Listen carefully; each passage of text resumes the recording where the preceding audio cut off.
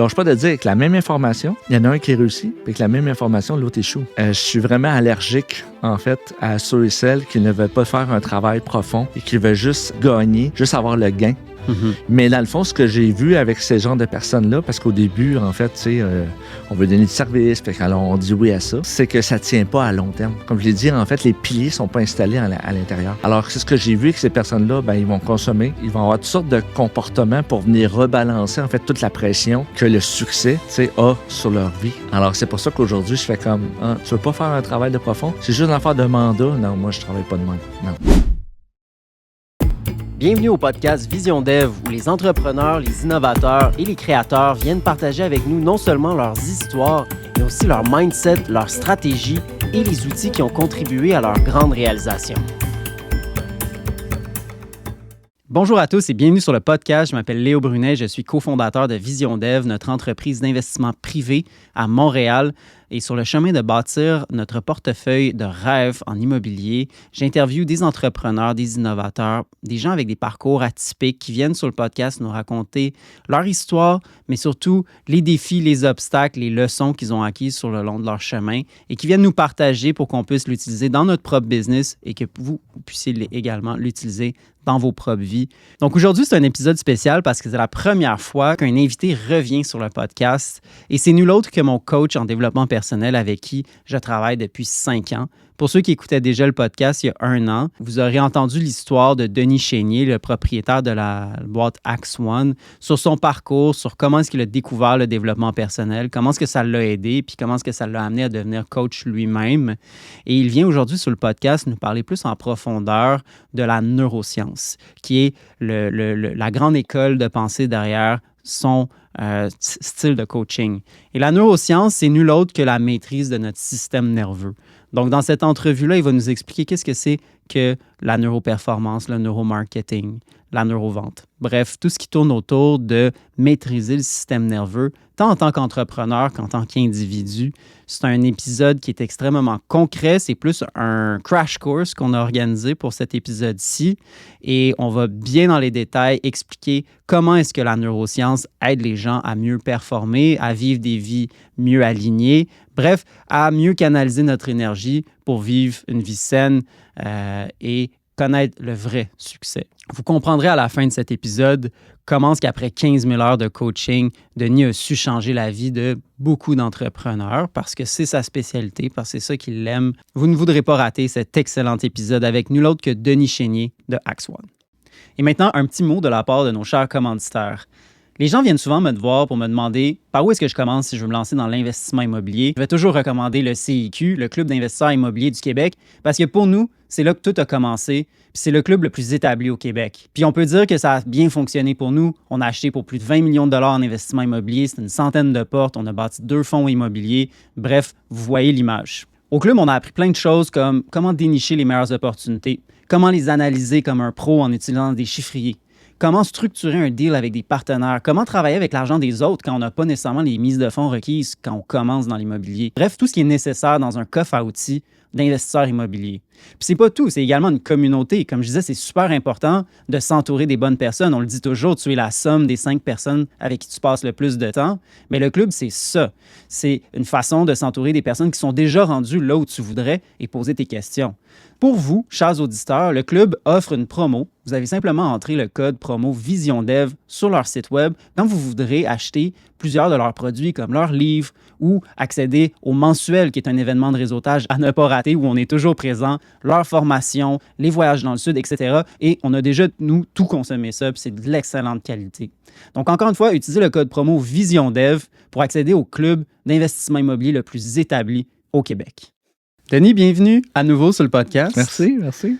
T'es le premier invité, on remarquait, qui revient sur le podcast, qui a droit à un part 2, où on a droit à ton part 2.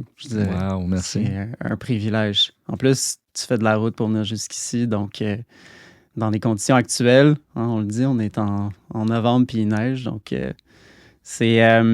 on voulait faire un deuxième épisode pour aller un petit peu plus en profondeur dans le domaine de la neuroscience, de la neuroperformance, parce que dans le premier épisode, on parlait plus de ton parcours entrepreneurial, comment tu as découvert ça, qu'est-ce qui t'a amené à fonder Axe One. Mais comme l'audience le sait peut-être, j'en parle souvent, j'ai un coach en développement personnel depuis des années et c'est toi, c'est Denis, c'est lui le fameux coach. Et je veux faire découvrir ce que tu enseignes à notre audience. Je veux que tu ailles un peu plus en profondeur sur comment ça peut aider quelqu'un à se développer, à peut-être même mieux performer dans sa business, à créer une business plus à son image, mieux alignée avec ses valeurs. Une business qui te nourrit puis qui nourrit ton environnement. Bref, on a plein de sujets à discuter aujourd'hui, mais c'était dans le but de faire découvrir un monde un peu plus en détail cette fois-ci, qu'on s'est dit que ça serait le fun de faire un deuxième podcast. Mais écoute, ça va me faire plaisir. Moi, je suis ouvert à toutes tes questions. Puis si justement je peux éclaircir l'histoire avec les neurosciences, entrepreneuriales, c'est quoi tout ça? Fait que des fois... C'est des fois mal compris. Alors, comment on peut intégrer ça directement dans une entreprise? Comment ça peut aider un entrepreneur? Alors, c'est des grandes questions, mais allons-y une à la fois. Puis, on va déballer tout ça. Exactement. On a du temps devant nous. Puis ça a beaucoup évolué aussi depuis l'année passée. Ça fait 1 an que tu es venu sur le podcast. Ta business est en plein développement, toi aussi. Ta pratique, ça fait longtemps que tu la développes, mais ta business est en pleine expansion. Totalement. Ton offre de service change et évolue constamment et s'agrandit. Donc, ça serait le fun aussi d'avoir une petite update là-dessus en 2025. Mais écoute, ça va me faire plaisir. Good. Donc, pour ceux qui n'ont peut-être pas écouté le premier épisode, voudrais-tu rapidement te présenter, Denis, ton parcours jusqu'ici et qu'est-ce qui t'a amené à créer Axe One? Ben ouais, en fait, moi, depuis que je suis jeune, j'étais un passionné à la base, en fait, de l'être humain. Là. Je me souviens, j'avais 16 ans, puis je lisais du Freud. Je sais que c'est bizarre. Tu lisais du Freud à 16 ans? Ouais, je lisais des livres de psychologie, Tony Robbins, même plus jeune que ça. Alors, j'ai tout été... il m'appelait le psychologue à l'école, au secondaire. Tu me contais ça. Ouais. Tu passais bien du temps sur le téléphone avec tes amis pour les aider à passer à travers des J'ai vraiment tout le temps été passionné. Tu sais, c'est quelque chose d'intrinsèque en dedans de moi depuis que je suis jeune, je le porte, tu sais. Alors, c'est pas quelque chose qui me demande un effort. Tu sais, aujourd'hui, il y a bien du monde qui me dit « Hey, ça doit être dur d'entendre tous les problèmes de tous les entrepreneurs. » Moi, je suis comme « Non. » Tu sais, t'es fait pour ça. C'est comme un médecin, comme que moi, je serais prêt d'opérer, puis lui, il opère. Ouais. Il est fait pour ça, tu sais. Alors, je pense que je me sens vraiment comme connecté à cette mission-là en ce moment. Ouais. Ça, c'est certain, là, tu sais. Puis après ça, le restant, mais on rajoute du crémage qui entoure ça, là, tu sais. Puis on s'amuse après, là, tu sais. Ah, t'as clairement l'air de t'amuser dans ce que tu fais. Ça te donne l'énergie, puis ça te drive. C'est pas arrivé tout de suite que tu t'es lancé là-dedans, mais ça a sommeillé en toi. Non, exactement, parce que là, tu sais, quand on est jeune, on se connaît pas tant que ça, tu sais, fait qu'on fait toutes sortes de... Puis je veux même pas appeler ça un détour. C'est des chemins pour moi qui fait aujourd'hui que je suis rendu où je suis rendu aujourd'hui. Alors, tu sais, tu vois, plus tard, c'est sûr qu'on va parler de décisions aujourd'hui, comment prendre des bonnes décisions ou pas. Puis, tu sais, pour moi, il n'y en a pas de mauvaises décisions dans ma vie. Mm-hmm. C'est certain qu'il y a peut-être eu des décisions, en fait, que ça a été comme plus difficile que d'autres, que des chemins plus rocailleux, je pourrais dire. Mais je sais qu'aujourd'hui, ce que je suis aujourd'hui, c'est à cause de tout ce passé-là. Alors, c'est sûr que je me connais pas tant que ça quand je suis jeune. Fait que là, ben, je pars à gauche faire un tour. Là, j'essaye ça. Là, j'essaye certaines choses. Puis là, ben, je me sens pas très, je pourrais dire, parfois aligné avec ça. Je réessaye une autre chose.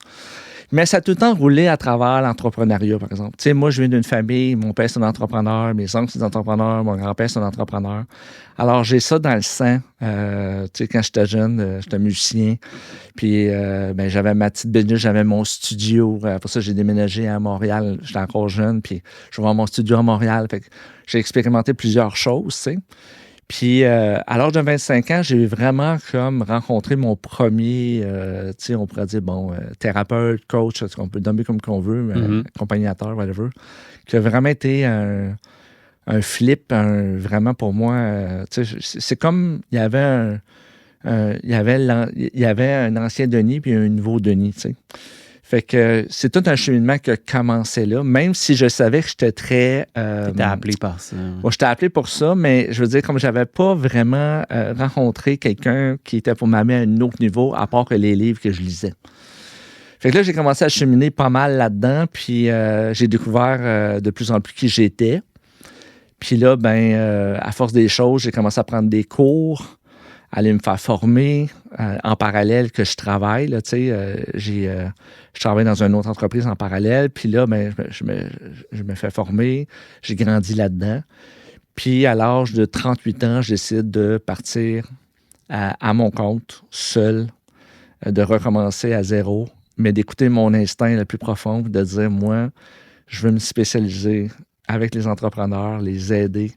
Tu sais, mon expérience entrepreneuriale, moi, a été, tu sais, on est tout seul quand on est entrepreneur. Hein? Mm-hmm. Tu sais, des fois, même quand il y a une équipe, on est encore tout seul, tu sais, tu dois prendre des décisions à chaque jour. Mm-hmm. C'est très stressant, tu sais. Puis je me disais, maudit que ça manque. Ça manque, tu sais, ça manque d'appui. Tu sais, il y a beaucoup d'événements qui existent, tu sais, que tu peux aller dans un événement une fin de semaine. Là, ça va te craquer pendant une couple de jours dans la dopamine, puis ça va redescendre parce que la réalité va te rattraper, tu sais. Mm-hmm. C'est quoi, en fait, les ressources qui sont là durant tu sais, la réalité? Qui est là avec moi pour m'accompagner dans cette réalité-là, tu sais? Mm-hmm. Puis là, c'est là que j'ai fait comme moi, je pense qu'il y a un créneau là-dedans, vraiment. Il y en a vraiment un, parce que là, depuis 10 ans, aujourd'hui, que je fais ça à temps plein. Puis c'est Parle-nous un peu des chiffres, là. Tu les avais donnés à la dernière entrevue, de combien de monde t'a accompagné, les heures que tu as passées en... Faire ça d'une façon sobre, là, sans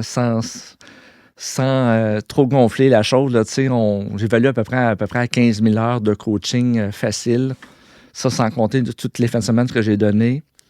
Puis aussi, on parle de quasiment un millier d'entrepreneurs là, que j'aurais en 10 ans. C'est impressionnant. C'est beaucoup, là. Oui, c'est beaucoup, beaucoup. Là-dedans, il y avait du coaching en one-on-one, il y avait des séminaires, il y avait de la consultation en entreprise. Ouais. On a fait notre dernier bilan, en fait, là, on a calculé depuis 4 ans, juste depuis 4 ans, c'est 520 comptes qui ont été ouverts chez Axe One. 520 comptes, c'est pas juste ça veut dire, ça peut être en one-to-one, mais ça peut être aussi, je sais pas, mais une entreprise qui veut aussi que je coach son directeur, qui veut que je coach son équipe. Alors c'est beaucoup de monde. C'est beaucoup de monde. Mais beaucoup de parcours que tu as touché de loin ou de proche. Là. Mais j'avais comme une deal. Je me souviens que quand je pourrais dire, lancé en bas de la falaise, seul, j'avais comme une deal avec la vie de dire, écoute, je le fais, mais je veux que ça fournisse, je veux que ça fonctionne, je veux pas forcer après les choses, je veux que ça coule. Puis depuis 10 ans, c'est ça qui se passe. Mm-hmm. Puis ça, comme je disais, on va en parler tantôt, mais quand tu es aligné, justement, c'est ça que ça fait. Mm-hmm. Tu sais, c'est pas que j'en ai eu de l'adversité, là, puis j'en ai eu des vagues, là, puis tu sais, j'ai voulu aller me cacher tu sais, dans le fond de mon bateau, là, des fois. Mais tu sens pas que tu as besoin de forcer les choses. Non, c'est organique. Ouais. C'est organique au bout. C'est naturel, oui. C'est naturel, tu sais, j'ai jamais eu besoin de faire des ads. Puis moi, j'aime ça dire ça. Moi, j'ai jamais eu besoin de faire de la publicité, même si aujourd'hui, j'accompagne du monde en publicité. C'est comme... Quand tu es obligé de faire beaucoup, beaucoup, beaucoup de publicité, mm-hmm. Ça dépend des produits, là, mais... Mm-hmm. Il y a peut-être quelque chose que tu forces. Oui. Ouais. S'il n'y a pas quelque chose d'organique déjà à la base d'installer, ça cache quelque chose, ça. Le plus possible, tu veux vivre sur un momentum naturel. Oui. Puis un momentum, même naturel, peut aller très vite quand ça s'installe. Mais très cool. Donc, parlons un peu de ton approche. Qu'est-ce qui est ta saveur? Qu'est-ce qui est ta façon de faire quand il est temps d'accompagner des entrepreneurs? Comment tu décrirais votre approche en quelques mots? Tu as parlé de ça, là, j'utilise souvent, en fait, ce principe-là de dire, OK, mon approche, ça, c'est mon comment. Mon comment, c'est avec les neurosciences. Mm-hmm. Okay? À la base, il y a mon quoi puis mon pourquoi. T'sais. C'est quoi? C'est quoi Axe One? C'est quoi Denis Chénier? Il ne faut pas oublier que tous les coachs, ils ont toute une identité dans Axe One. Mais à la base, c'est porté sur une mission, c'est porté sur des valeurs, c'est porté sur une volonté, une intention pure. Mm-hmm. Ça, c'est mon quoi. Un why. Un why. On entend. Oui, exactement. Puis, tu sais, souvent, on va mettre vite, tu sais, on va en parler, mais on met vite fait, tu sais, les neurosciences, tout le temps, on parle beaucoup de la neuro. Puis ça, c'est mon comment, c'est mes outils. C'est pareil comme, justement, tu sais, moi, ben, je suis un menuisier, j'utilise des drills Milwaukee. Ça, c'est mon comment. Comment je vais réparer ta galerie avec ma drill Milwaukee. Alors, les neurosciences, c'est mon comment. Mais mon quoi, ça, c'est moi. C'est moi qui porte l'intention pure, justement, de vouloir élever, aider, supporter, en fait, l'entrepreneur à travers ses défis au quotidien. Mhm. Ouais. Puis ton why? Mon pourquoi? Mhm. Bien, justement, comme je disais tantôt, ben, c'est parce que, dans le fond, à cause de ce manque-là, tu sais, moi, je l'ai vécu pendant des années à être seul, tu sais, à être perdu, à ne pas savoir sur quoi me baser pour prendre des bonnes décisions, à pas trop comprendre comment je fonctionne, puis vraiment, tu sais, à battriper. Tu sais, la vérité, quand le monde arrive dans mon bureau, là, les entrepreneurs là, portent leur expérience entrepreneuriale, c'est pas tout le monde là, qui ont du plaisir là-dedans. Là.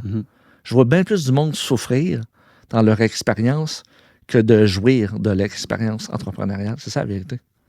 Alors, le pourquoi, c'est parce qu'il y a une demande réelle. Ouais. Là, c'est pour ça, tantôt, tu disais, il n'y a pas de détour dans la vie. Ce que tu as vécu, c'est ce qui t'a fait découvrir un besoin pour toi qui existe pour plein d'autres entrepreneurs. Donc, souvent, les meilleures entreprises partent des propres besoins du fondateur. Exactement. Si tu as ce besoin-là, il y en a probablement d'autres qui l'ont. Fait que c'est comme ça que tu as découvert ton why. Puis ton how, ben c'est, comme tu disais, par l'accompagnement d'entrepreneurs. Par l'intention pure de dire, je comprends ce que tu vis, je vais être là avec toi, je te lâcherai pas, je vais t'accompagner, puis on va essayer ensemble de t'élever. Si je t'élève, tu vas m'élever aussi. C'est une co-création ensemble. Fait que, tu sais, moi, je dis tout le temps, je fais le plus beau métier au monde. C'est fou, pareil, d'être, tu sais, comme quand tu dis des grosses entreprises. Je ne parle pas juste de millions. Pour moi, une grosse entreprise, on parle aussi au niveau, en fait, collectivité, le nombre d'employés, puis toute la structure, tout ça. Puis des fois, tu te dis, cette personne-là est en train de prendre ses plus grosses décisions de sa vie avec moi. Fait que, tu sais, c'est comme d'avoir cette place-là à côté de lui, puis de le voir, en fait, tu sais, là, de voir ses peurs, de voir, en fait, son inquiétude, puis de sauter, parce que là, il vient de prendre la décision de dire, OK, Denis, je comprends, on a tous démêlé ça, je prends cette décision-là, qui peut avoir un impact direct des années, tu sais. Tu sais qu'une décision peut avoir un impact. Puis c'est un peu ça qui est arrivé avec nous, tu sais, comme tu disais, quand tu es rentré dans un bureau, tu étais surpris de voir où est-ce qu'on était rendu, tu visitais nos nouveaux bureaux, rencontrais des nouveaux membres de l'équipe que tu n'avais pas rencontrés. Quand on a commencé ensemble, il y a 5 ans, c'était juste moi puis Ced. On était dans nos sous-sols, on sortait de la COVID, on était dans COVID, tu sais. On n'avait même pas d'enfants, je pense, tu sais. Fait que tu as suivi notre parcours, puis tu sais, ça doit être cool, effectivement, pour toi de voir tout ça se développer, puis surtout d'avoir une influence positive dessus par tous les outils dont tu vas nous parler par rapport à la neuroscience, qui est ton comment. Oui, exactement. C'est mon comment, c'est mes drills, c'est mon marteau. Exactement. Donc, parle-nous un peu. Donc, je reviens à ma question initiale, ton approche. Qu'est-ce qui différencie Axe One de tout ce qui s'offre en coaching pour des entrepreneurs? C'est ton utilisation de la neuroscience, de la neuroperformance. Oui. J'ai pas vu ça ailleurs. Oui. Donc, mais ça part d'un besoin réel, là, puis je vais vraiment être franc avec toi aujourd'hui, là. Tu sais, avant, là, quand j'ai commencé 10 ans passés, là, j'avais pas toute l'approche. J'avais des formations en coaching, mais j'avais pas toute l'approche en neurosciences. Puis la vérité de ça, là, c'est comme j'avais comme l'impression d'aider vraiment mon client, mais comme j'avais plein d'informations que je n'étais pas sûr. Mm-hmm. Puis c'est pas que je m'avançais sur des choses que je devrais pas m'avancer, mais comme c'était pas clair, c'était pas défini. Puis j'ai regardé mes clients qui venaient me voir, puis ils avançaient, mais je trouvais que il était bloqué dans bien des situations. Je comprenais pas trop pourquoi. Puis là, c'est certain que c'est pour ça que j'ai voulu aller en neurosciences. Parce que là, j'ai dit, écoute, il faut que j'aille au fond des choses. Puis il faut que je découvre, en fait, pourquoi, en fait, on temporise. Pourquoi qu'on fuit. Pourquoi qu'on est stressé. Pourquoi on a ce mindset-là. Pourquoi qu'on fait de l'anxiété. Pourquoi que... Puis là, ben là, j'ai eu mes réponses. Ouais. Et c'est pour ça, et c'est ça que la neuroscience nous apporte. Elle nous apporte de la conscience. C'est la première phase de la neuroscience. C'est fou. Elle vient défragmenter tout. Elle vient séparer, en fait. Fait que là, on va entrer dans... Tu sais, fait que c'est comme de dire, faut que je sois heureux. Tu sais, mettons, dans le développement personnel, on va dire comme, sois heureux. Mais sois heureux, la vérité, quand tu penses à ça, c'est quoi être heureux? Mm-hmm. Mais la neuroscience peut l'expliquer. Nous autres, on le sait que c'est une question, c'est une question d'état, OK? Puis c'est une question aussi chimique dans ton corps, OK? Il y a comme une sauce qui doit être là. Il y a comme une formule que si c'est pas ça, tu vas être dans d'autres états. Alors, c'est très, très précis. Alors, on a besoin de cette précision-là pour justement être capable de plus s'autoréguler, prendre des meilleures décisions et tout ça. Fait que là, c'est ça, là, toute la force de la neuroscience. Puis toi, ben, ce que ton outil, ton comment, ta façon d'enseigner, d'appliquer la neuroscience dans le coaching, tu as construit ça à partir de beaucoup d'études, puis tu m'en parles beaucoup, tu as étudié sous des profs ou des mentors français. Je pense que tu travailles aussi avec des Américains, tu me disais. Ben, j'ai fait comment on appelle ça, des masterclass avec eux autres. Des masterclass aux États-Unis. C'est pas des certifications américaines, mais c'est plus masterclass. Mais tes profs, c'est surtout des profs français. Ouais, c'est une pratique qui est plus répandue en Europe, mais qu'on ne trouve pas beaucoup ici. Ouais. C'est pas un langage qu'on entend tant que ça. Mais c'est quelque chose que tu as bâti, c'est un amalgame de toutes tes études pendant... Tu dis que tu as commencé, tu avais 25 ans. Puis ça fait longtemps que tu développes ce modèle-là. Puis moi, c'est ce que je remarque dans tout ce que tu m'as appris, puis dans toute ta manière de coacher. C'est très unique à toi. Puis c'est vraiment intéressant. J'ai hâte qu'on saute dedans. Allons-y! Qu'on en parle, tu sais. Mais avant de sauter dans le vif du sujet, juste finaliser sur qu'est-ce qui est Axe One. Donc, vous avez... Il n'y a pas juste toi qui coach. Non. Moi, c'est avec toi que j'ai découvert Axe One, mais tu as plein de coachs qui travaillent sur des différents domaines, que ce soit plus vers le marketing, tant sur le développement personnel. Décris-moi un peu l'offre en ce moment. Ça ressemble à quoi? Quelqu'un qui fait affaire avec Axe One, c'est pourquoi puis comment. L'offre de départ, en fait, au départ, on était, moi puis ma conjointe, parce que ma conjointe, elle est une coach aussi. Elle est spécialisée en intelligence relationnelle. Ouais. Alors, on était deux. J'ai commencé, là, on parle de plusieurs années passées. Après ça, j'ai commencé à déclencher, en fait, à construire une école de coaching à l'interne dans Axe One pour créer mes petits bébés coachs, que je les appelle, pour amener de la profondeur à l'entreprise, puis aussi intégrer des coachs déjà formés dans l'entreprise pour être capable justement d'offrir, parce que la vérité de tout ça, c'est qu'un entrepreneur a besoin de beaucoup de choses. Il y a beaucoup de besoins. De toute façon, on va passer un à la suite de l'autre là, par rapport à ce qu'ils ont besoin. Mais fait que c'est pour ça que Axe One, c'est quoi? Ben, c'est une équipe multidisciplinaire. Puis ils sont tous formés en neurocoaching. Alors, encore là, on a tous les mêmes outils. C'est juste qu'après ça, comme quand on parle de neurosciences, on parle de neurosciences appliquées. Mm-hmm. Alors, on peut l'appliquer partout, la neuroscience. On pourrait même l'appliquer, on pourrait faire un podcast sur parents-enfants, puis on pourrait appliquer la neuroscience là aussi. On pourrait appliquer aussi la neuroscience dans un couple.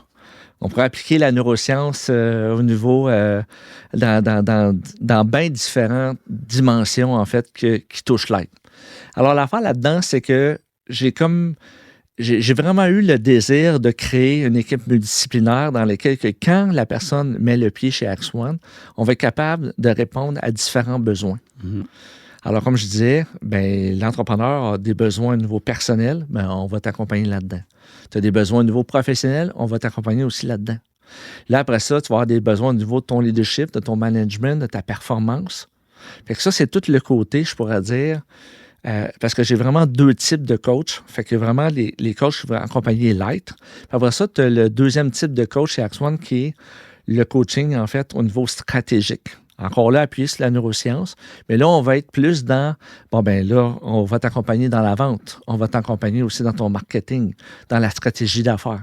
Parce qu'il ne faut pas oublier que tout ça reste encore des skills qui touchent encore tout le temps l'être humain. Le cerveau, il est tout le temps en train d'être stimulé. Complètement. Oui. Ouais, puis on le voit de plus en plus, je trouve, dans toute la littérature de business, qu'on incorpore de plus en plus la psychologie.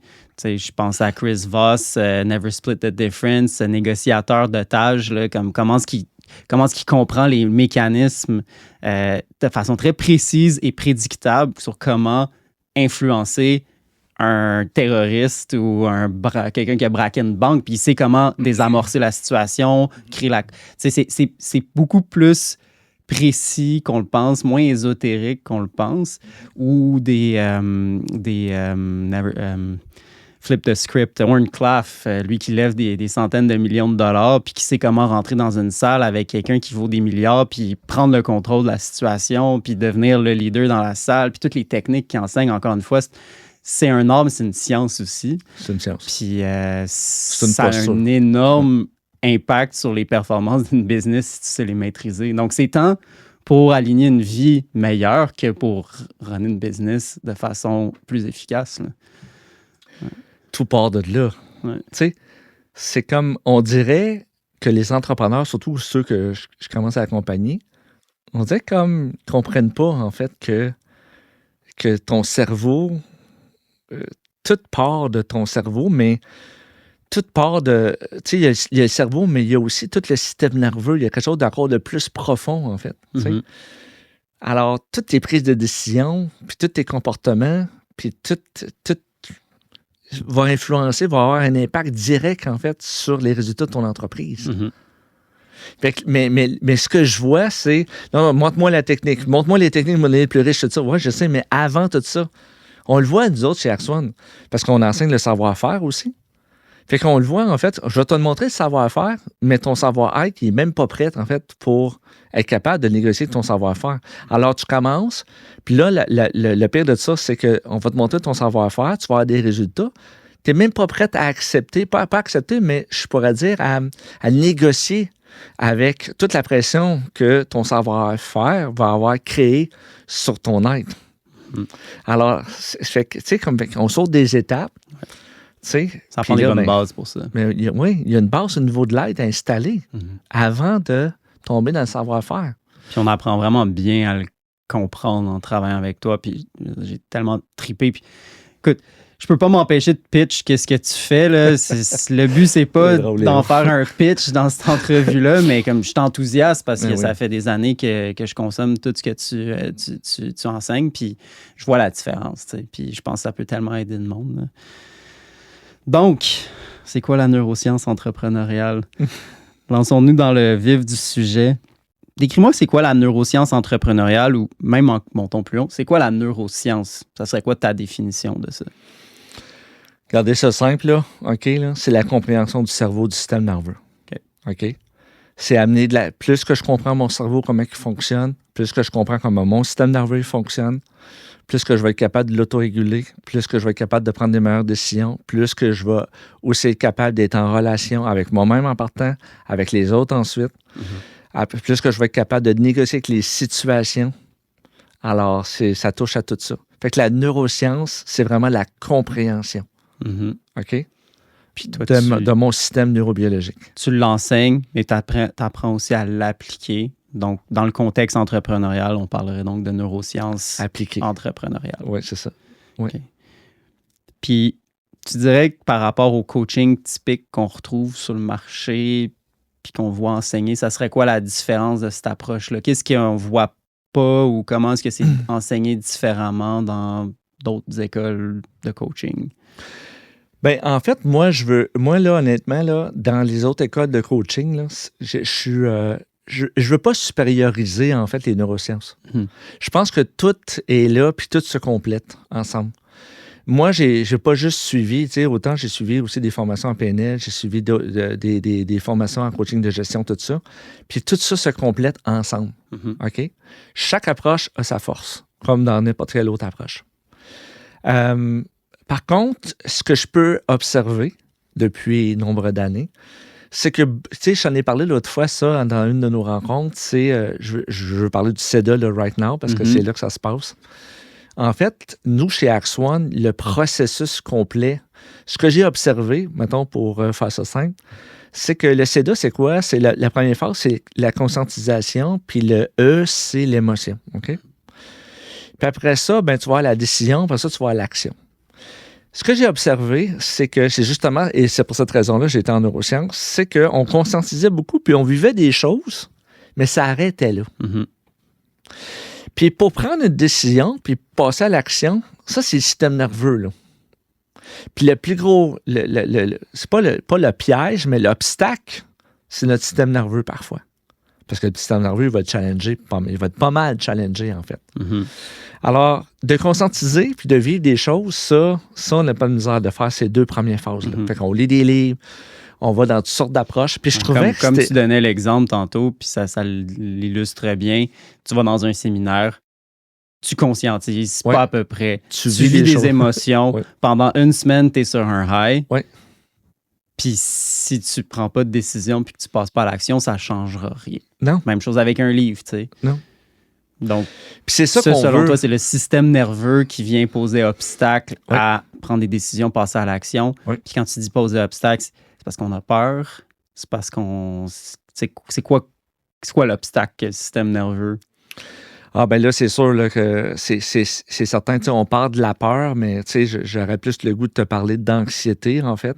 Parce que la peur, quand tu la contactes, elle est là pour te mettre en mouvement. Mhm. Tu sais, on mélange beaucoup la peur et Oui, l'anxiété. Hein? Ça, on le voit souvent, surtout dans le développement personnel. On va dire « Ah, tu bouges pas parce que tu as peur. » Oh boy, OK, nous, en neurosciences, on voit pas ça de même. Là. Mhm. Donc, l'anxiété va t'empêcher de bouger, pas la peur.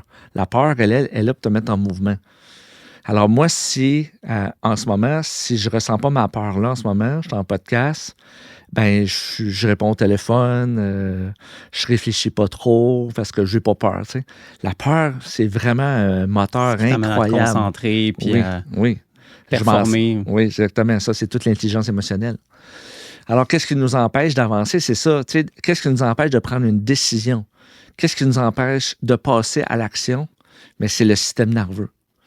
Alors, puis là, c'est là, en fait, ce qui est intéressant, c'est là que les neurosciences viennent nous aider. Tu sais. Alors, on peut avoir une éthique de vie qui peut nous aider à changer d'état, parce que tout dépendant dans quel état que tu vas être, ben si tu es dans un état, mettons, de dorsal, c'est sûr que tu conscientises, tu vis des choses, mais tu ne passeras pas plus à l'action. C'est quoi qu'on veut au bout de la ligne? C'est pour ça que j'adore le coaching. Parce que le coaching, c'est l'étape de on crée du mouvement. Mhm. Sans mouvement, il n'y a pas de changement. C'est la base.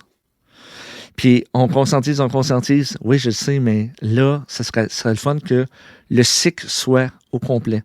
Puis tu vas vivre vraiment une transformation complète dans ta vie, au niveau personnel et au niveau professionnel. Parce que tout ce que je parle là en ce moment, tu peux autant l'amener au niveau personnel.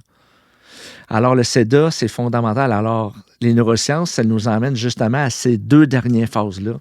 C'est-à-dire, OK, en ce moment, à quel point, dans quel état que tu es, va faire en sorte, c'est pour ça que tu ne prends pas de décision. Parce que si tu prends une décision, tu vas être obligé de passer à l'action. Alors, tu fuis cette décision-là, tu la fuis. Mais la décision que tu fuis va te coûter énormément cher. Parce que dans le fond, tu fuis cette décision-là parce que la décision que tu vas prendre va te créer de l'inconfort dans ton corps. Alors, tu ne veux pas, en fait, vivre cet inconfort-là. Et de passer à l'action va te faire vivre cet inconfort-là. Et fuir l'inconfort, OK, la souffrance, pour moi, c'est des milliers d'inconforts que je n'ai pas voulu affronter. Alors, L'accumulation. c'est l'accumulation d'inconfort que je n'ai pas voulu affronter. C'est bien important de comprendre ça. Alors, il y a quelque chose qui n'est pas mature émotionnellement en dedans de moi. T'sais, aujourd'hui, on essaie justement de dire on veut le chemin le plus facile, le plus court, et notre résilience est affectée. Quelqu'un de résilient, c'est quelqu'un qui est capable de respirer l'inconfort, parce que être entrepreneur, ça vient avec ça, avec beaucoup d'inconfort. Alors, l'autorégulation est fondamentale justement à intégrer en dedans de moi, puis à la comprendre, à respirer mon inconfort, puis une journée à la fois avec ça, là, tu sais. Mais c'est vraiment, c'est ça tout le long, là.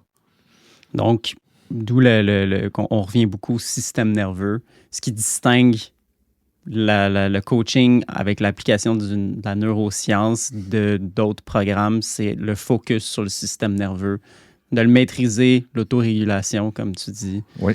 Puis Tu faisais la distinction entre l'anxiété et la peur, comme j'ai remarqué beaucoup dans le coaching. Jusqu'ici, la terminologie est vraiment importante parce qu'il y a tellement de nuances dans tout. Puis quand tu comprends, quand tu mets des mots sur des phénomènes qu'on vit, ça amène aussi beaucoup de conscientisation. Puis tant qu'il n'y a pas la conscientisation d'abord, il n'y aura pas de décision ni d'action. Puis juste d'avoir un langage autour de tout ce qu'on vit qui est clair et précis avec des bonnes définitions, là, ça fait toute la différence. C'est la première étape. Donc, anxiété versus peur, le stress, tout met de la définition autour de ça. Soudainement, on met des couleurs puis des mots sur ce qu'on vit. Puis ça aide tellement. Mais c'est ça que je disais tantôt, de défragmenter, en fait, les principes qui font en sorte que cette compréhension-là s'installe. Puis de voir les choses plus petites, séparées, ça amène encore plus de conscience puis plus d'autorégulation. Est-ce que tu serais capable de nous donner les grands principes ou les mécanismes du cerveau que la base de ce langage-là de la neuroscience que tout entrepreneur devrait connaître, les bases? Ben, écoute, là, on pourrait aller là, dans ben des directions. Bon, les bases que tous les entrepreneurs devraient, en fait, les principes qu'ils devraient comprendre. Donc, tu sais, un exemple, tu parlais tantôt d'être en dorsale. Donc, ça, la posture, comme tu me l'as appris, c'est un concept qui est resté avec moi. Tu sais, le cheval, attends, là, je les ai oubliés. Le cocher.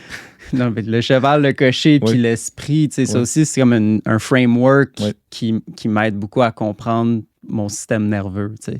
Fait que tu voudrais-tu expandre un peu sur ces différents principes-là? Ben écoute, oui, comme je te dis, là, on pourrait essayer de garder ça simple tout le temps, là, parce qu'on n'a pas quand même 4 heures, puis d'en faire une formation. Écoute, à la base, on est incarné dans un corps animal, biologique. Fait que là, tu sais, la première phase pour moi, mettons là, qu'on touche à en fait, à l'intelligence émotionnelle, la première phase, c'est la connaissance de soi. Mais c'est drôle parce que si on parle de connaissance de soi, on va demander une question à quelqu'un, tu te connais-tu? Il va dire oui, un peu. Puis là, tout de suite, on va parler des valeurs. Okay? Je connais mes valeurs, puis by the way, tes valeurs, peut-être tu les connais même pas. Ce que tu me mets en ce moment, c'est sûrement tes valeurs morales. Okay? Mais tes vraies valeurs profondes, c'est une autre chose. Mais se connaître, c'est pas juste connaître ses valeurs. Se connaître aussi, c'est connaître, en fait, mon animal. On est incarné dans un corps d'animal. Ça, c'est réel. Là. Biologie. Il y a une biologie. Il y a des neurotransmetteurs. Alors, faut comprendre que ça, c'est puissant. Puis il y a quelque chose de subconscient dans tout ça qui est très, très puissant, puis qui a une force au-dessus, en fait, de la conscience. Alors, d'amener de la conscience, comprendre comment que mon animal réagit dans certaines situations, c'est fondamental pour être capable de l'autoréguler. Moi, mon gros défi dans ma vie, c'est d'autoréguler mon animal en dedans de moi. Là. Il n'est pas tout le temps facile que j'appelle mon cheval. Oui, parce que j'aime l'image du cheval, parce que c'est fort, un cheval. Très fort. Si ça décide d'aller par là, c'est dur de le retenir. Exactement. C'est pour ça que je trouve que c'est bon, le cheval. Oui. Puis là, ben, l'image qui vient avec le cheval, c'est le cocher qui est assis dans la charrette en arrière ou dans le chariot. Puis le cocher, lui, ben, c'est l'ego. OK? C'est la conscience avec l'ego. L'ego est tout le temps là, tu sais, puis il est incarné, elle est vraiment ici dans mon préfrontal, tu sais, puis elle est consciente, tu sais. Fait que t'as comme mon cheval qui est subconscient, puis après ça, t'as la conscience, tu sais, puis là, ben, il va y avoir cette danse-là entre ma conscience puis ce cheval-là que lui, il veut tourner à gauche, puis la conscience fait comme, mais non, on n'est pas supposé tourner à gauche, on est supposé tourner à droite parce que pour telle raison.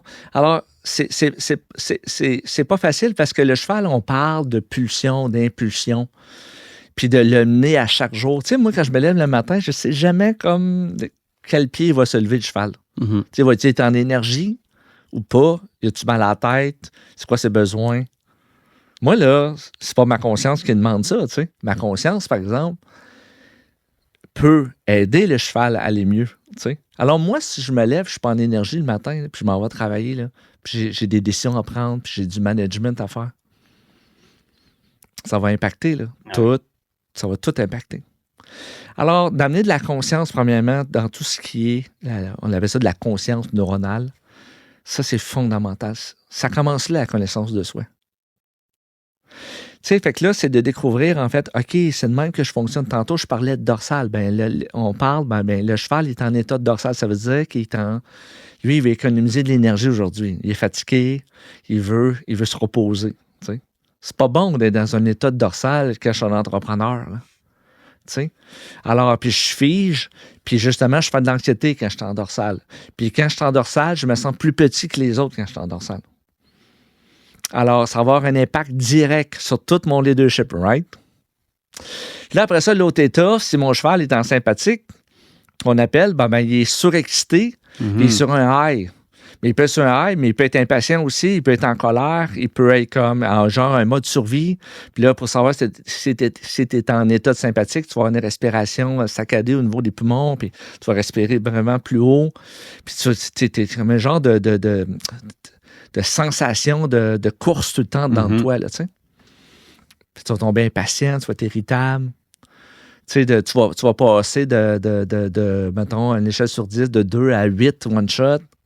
Encore là, c'est-tu bon être en sympathique quand je suis un entrepreneur puis je manage du monde? Pas vraiment. Ça affecte ton leadership, tu sais.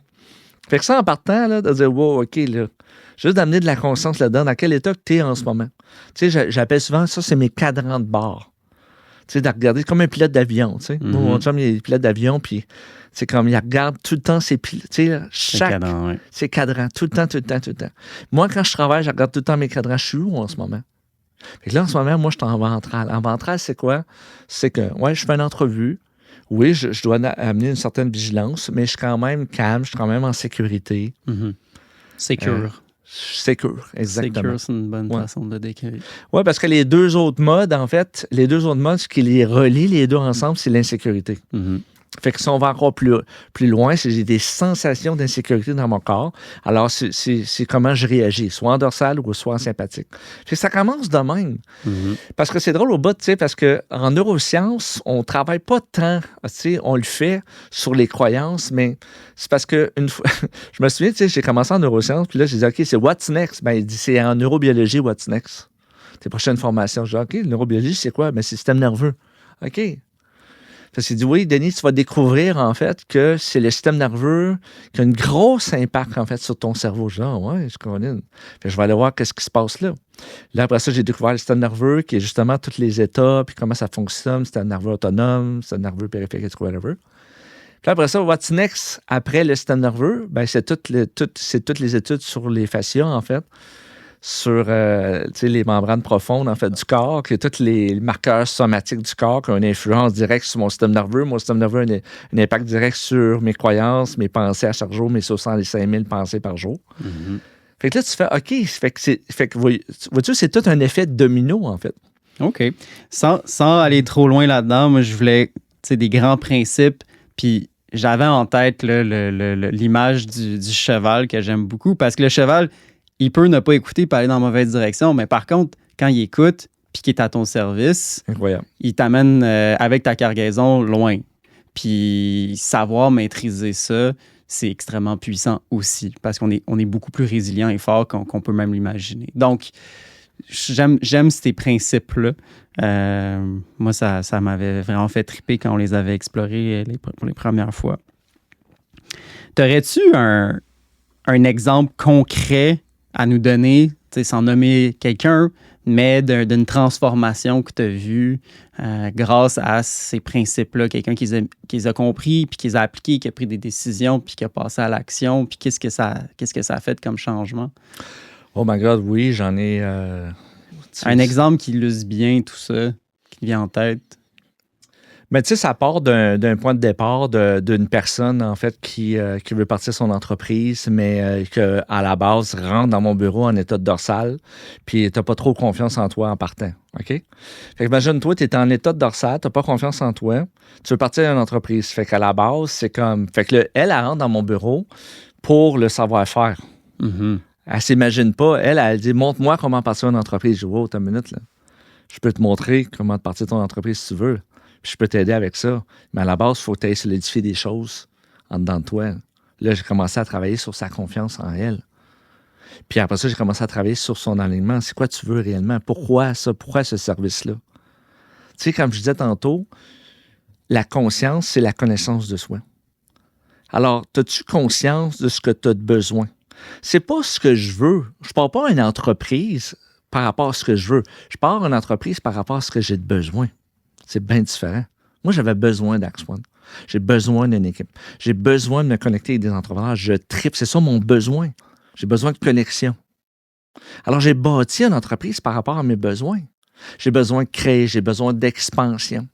Et quand elle a découvert ses besoins émotionnels, elle a fait « Oh my God! » Fait que là, elle a changé un peu son angle, en fait, de son offre de service. Elle a renforcé sa confiance en soi. Puis elle a été capable de faire des étapes, OK, pour avancer. Tu sais, ouvrir une incorporation, tu n'as pas besoin d'avoir beaucoup de confiance en toi. Mais quand tu vas être rendu au niveau du marketing, là, ça va chatouiller un peu. Alors, beaucoup de monde vont stopper, justement. Tu sais, on parle du cheval. Le cheval, il va faire comme « Wow, OK, j'ai été capable de faire telle chose. » Mais je sais, moi, rendu là, que la plupart du monde, ça va bloquer. Tu sais, parce que là, il va falloir que tu te vendes. Que ce soit faire du marketing ou soit de la vente, il faut avoir confiance en toi pour faire ça. Il faut que tu sois connecté à ton offre. Tu sais, faut que tu te défendes. C'est quelque chose que tu défends, ça. Alors, vois-tu, fait que je peux tout te montrer comment le faire, ton marketing, mais à la base, s'il y a un blocage, tu le feras pas. Mm-hmm. Je ne lâche pas de dire que la même information, il y en a un qui réussit, puis que la même information, l'autre échoue. Pourquoi? C'est quoi le problème? L'information que je viens de donner? Mais non. Système nerveux. Système nerveux. Puis, je fais un commentaire là-dessus. Je dirais que ça, c'est un élément, encore une fois, qui distingue beaucoup ta pratique. C'est que tu vas au fond des choses. C'est pas en superficiel. Comme tu dis, je pourrais te montrer comment partir ta business. Je pourrais te montrer comment faire du marketing. Mais il faut aller beaucoup plus loin en arrière. Puis, te connaissant, tu vas avoir du mal à prendre un mandat de superficiel parce que tu vois tout le potentiel d'aller en arrière un peu, de refaire un peu les fondations, de repartir sur quelque chose de solide parce que ça va tellement mieux après. Puis c'est des investissements durables. Puis ça, je te le donne. J'ai pas l'impression que c'est comme ça partout. Puis moi, j'aime ça le fondamental. J'aime ça aller au fond des choses. Puis je trouve ça cool de faire ce travail-là. Mais Léo, je te remercie de noter ça parce que, en fait, j'ai eu beaucoup de monde qui m'ont approché au niveau du développement. Puis j'ai rien contre le développement. J'adore la réussite. Mm-hmm. J'aime l'argent, j'aime les belles choses. Mais je suis vraiment allergique, en fait, à ceux et celles qui ne veulent pas faire un travail profond et qui veulent juste être, juste gagner, juste avoir le gain. Mm-hmm. Mais dans le fond, ce que j'ai vu avec ces genres de personnes-là, parce qu'au début, en fait, on veut donner du service, puis quand on dit oui à ça, c'est que ça ne tient pas à long terme. Comme je l'ai dit, en fait, les piliers ne sont pas installés à l'intérieur. Alors, c'est ce que j'ai vu avec ces personnes-là, ils vont consommer, ils vont avoir toutes sortes de comportements pour venir rebalancer, en fait, toute la pression que le succès, a sur leur vie. Alors, c'est pour ça qu'aujourd'hui, je fais comme, tu veux pas faire un travail de profond?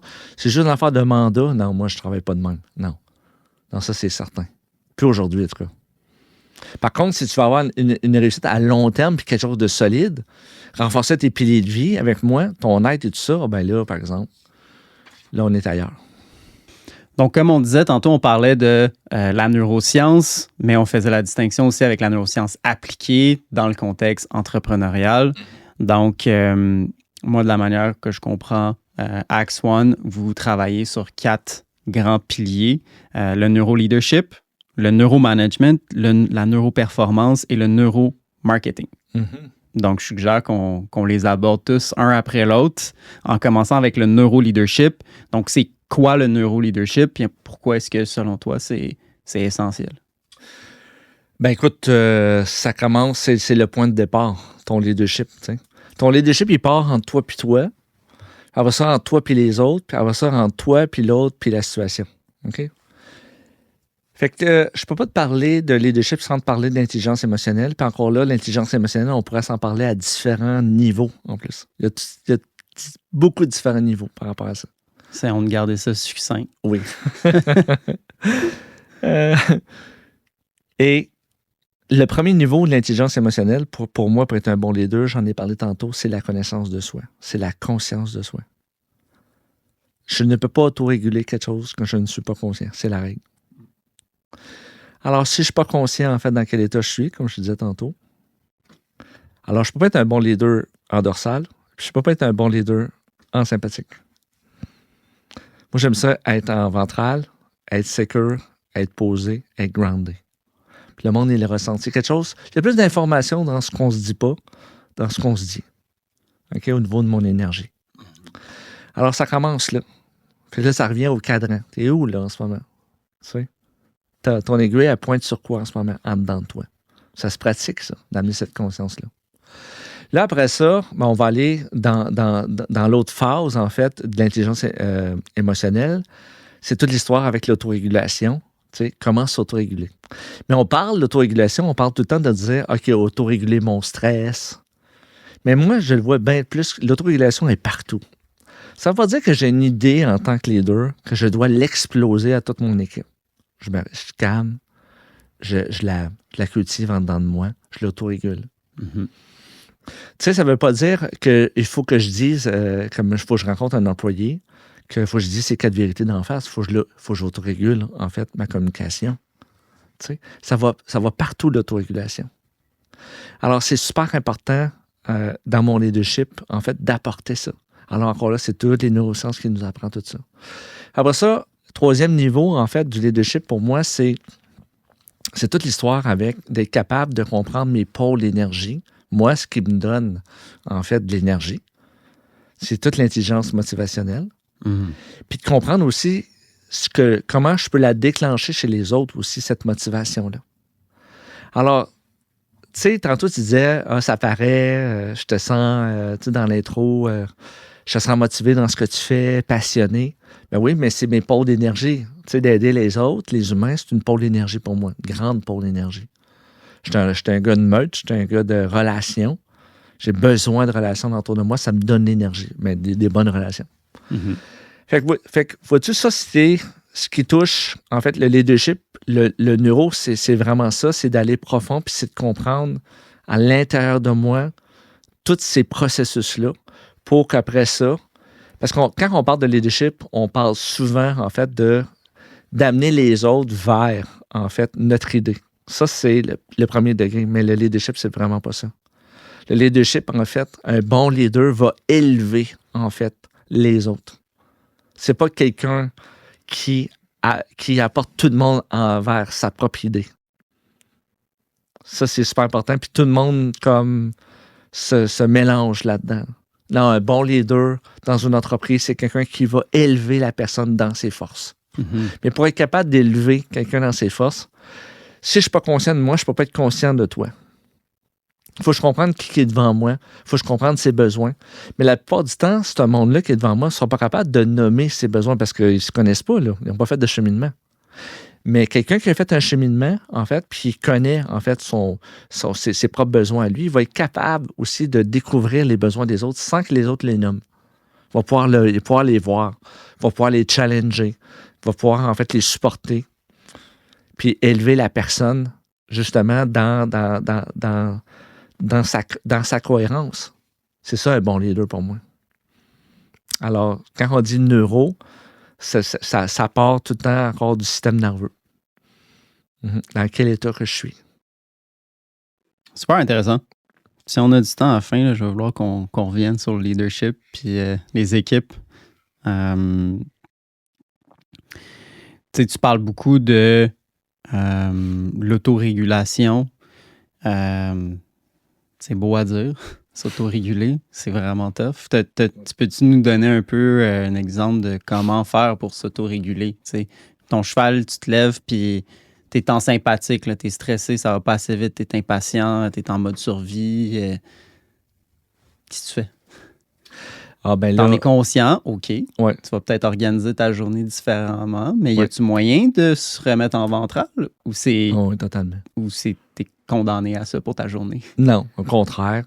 C'est ça qui est hallucinant dans les conférences que je donne.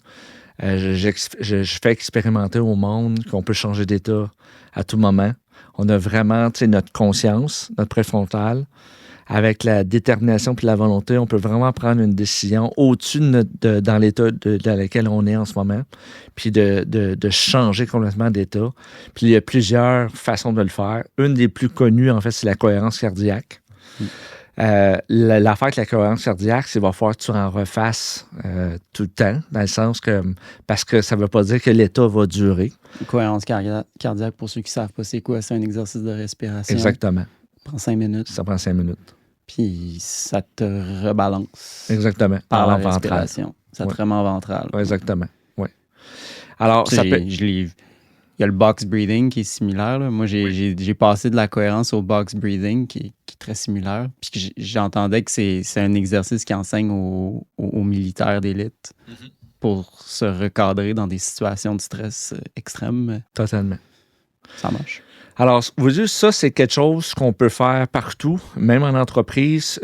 Tu trouves un petit coin tranquille, tu es trop gêné, tu vas dans les toilettes, tu fermes la porte, puis tu peux respirer. Il y a des apps pour ça. Fait que ça, c'est quelque chose qui est très, très accessible pour beaucoup de monde.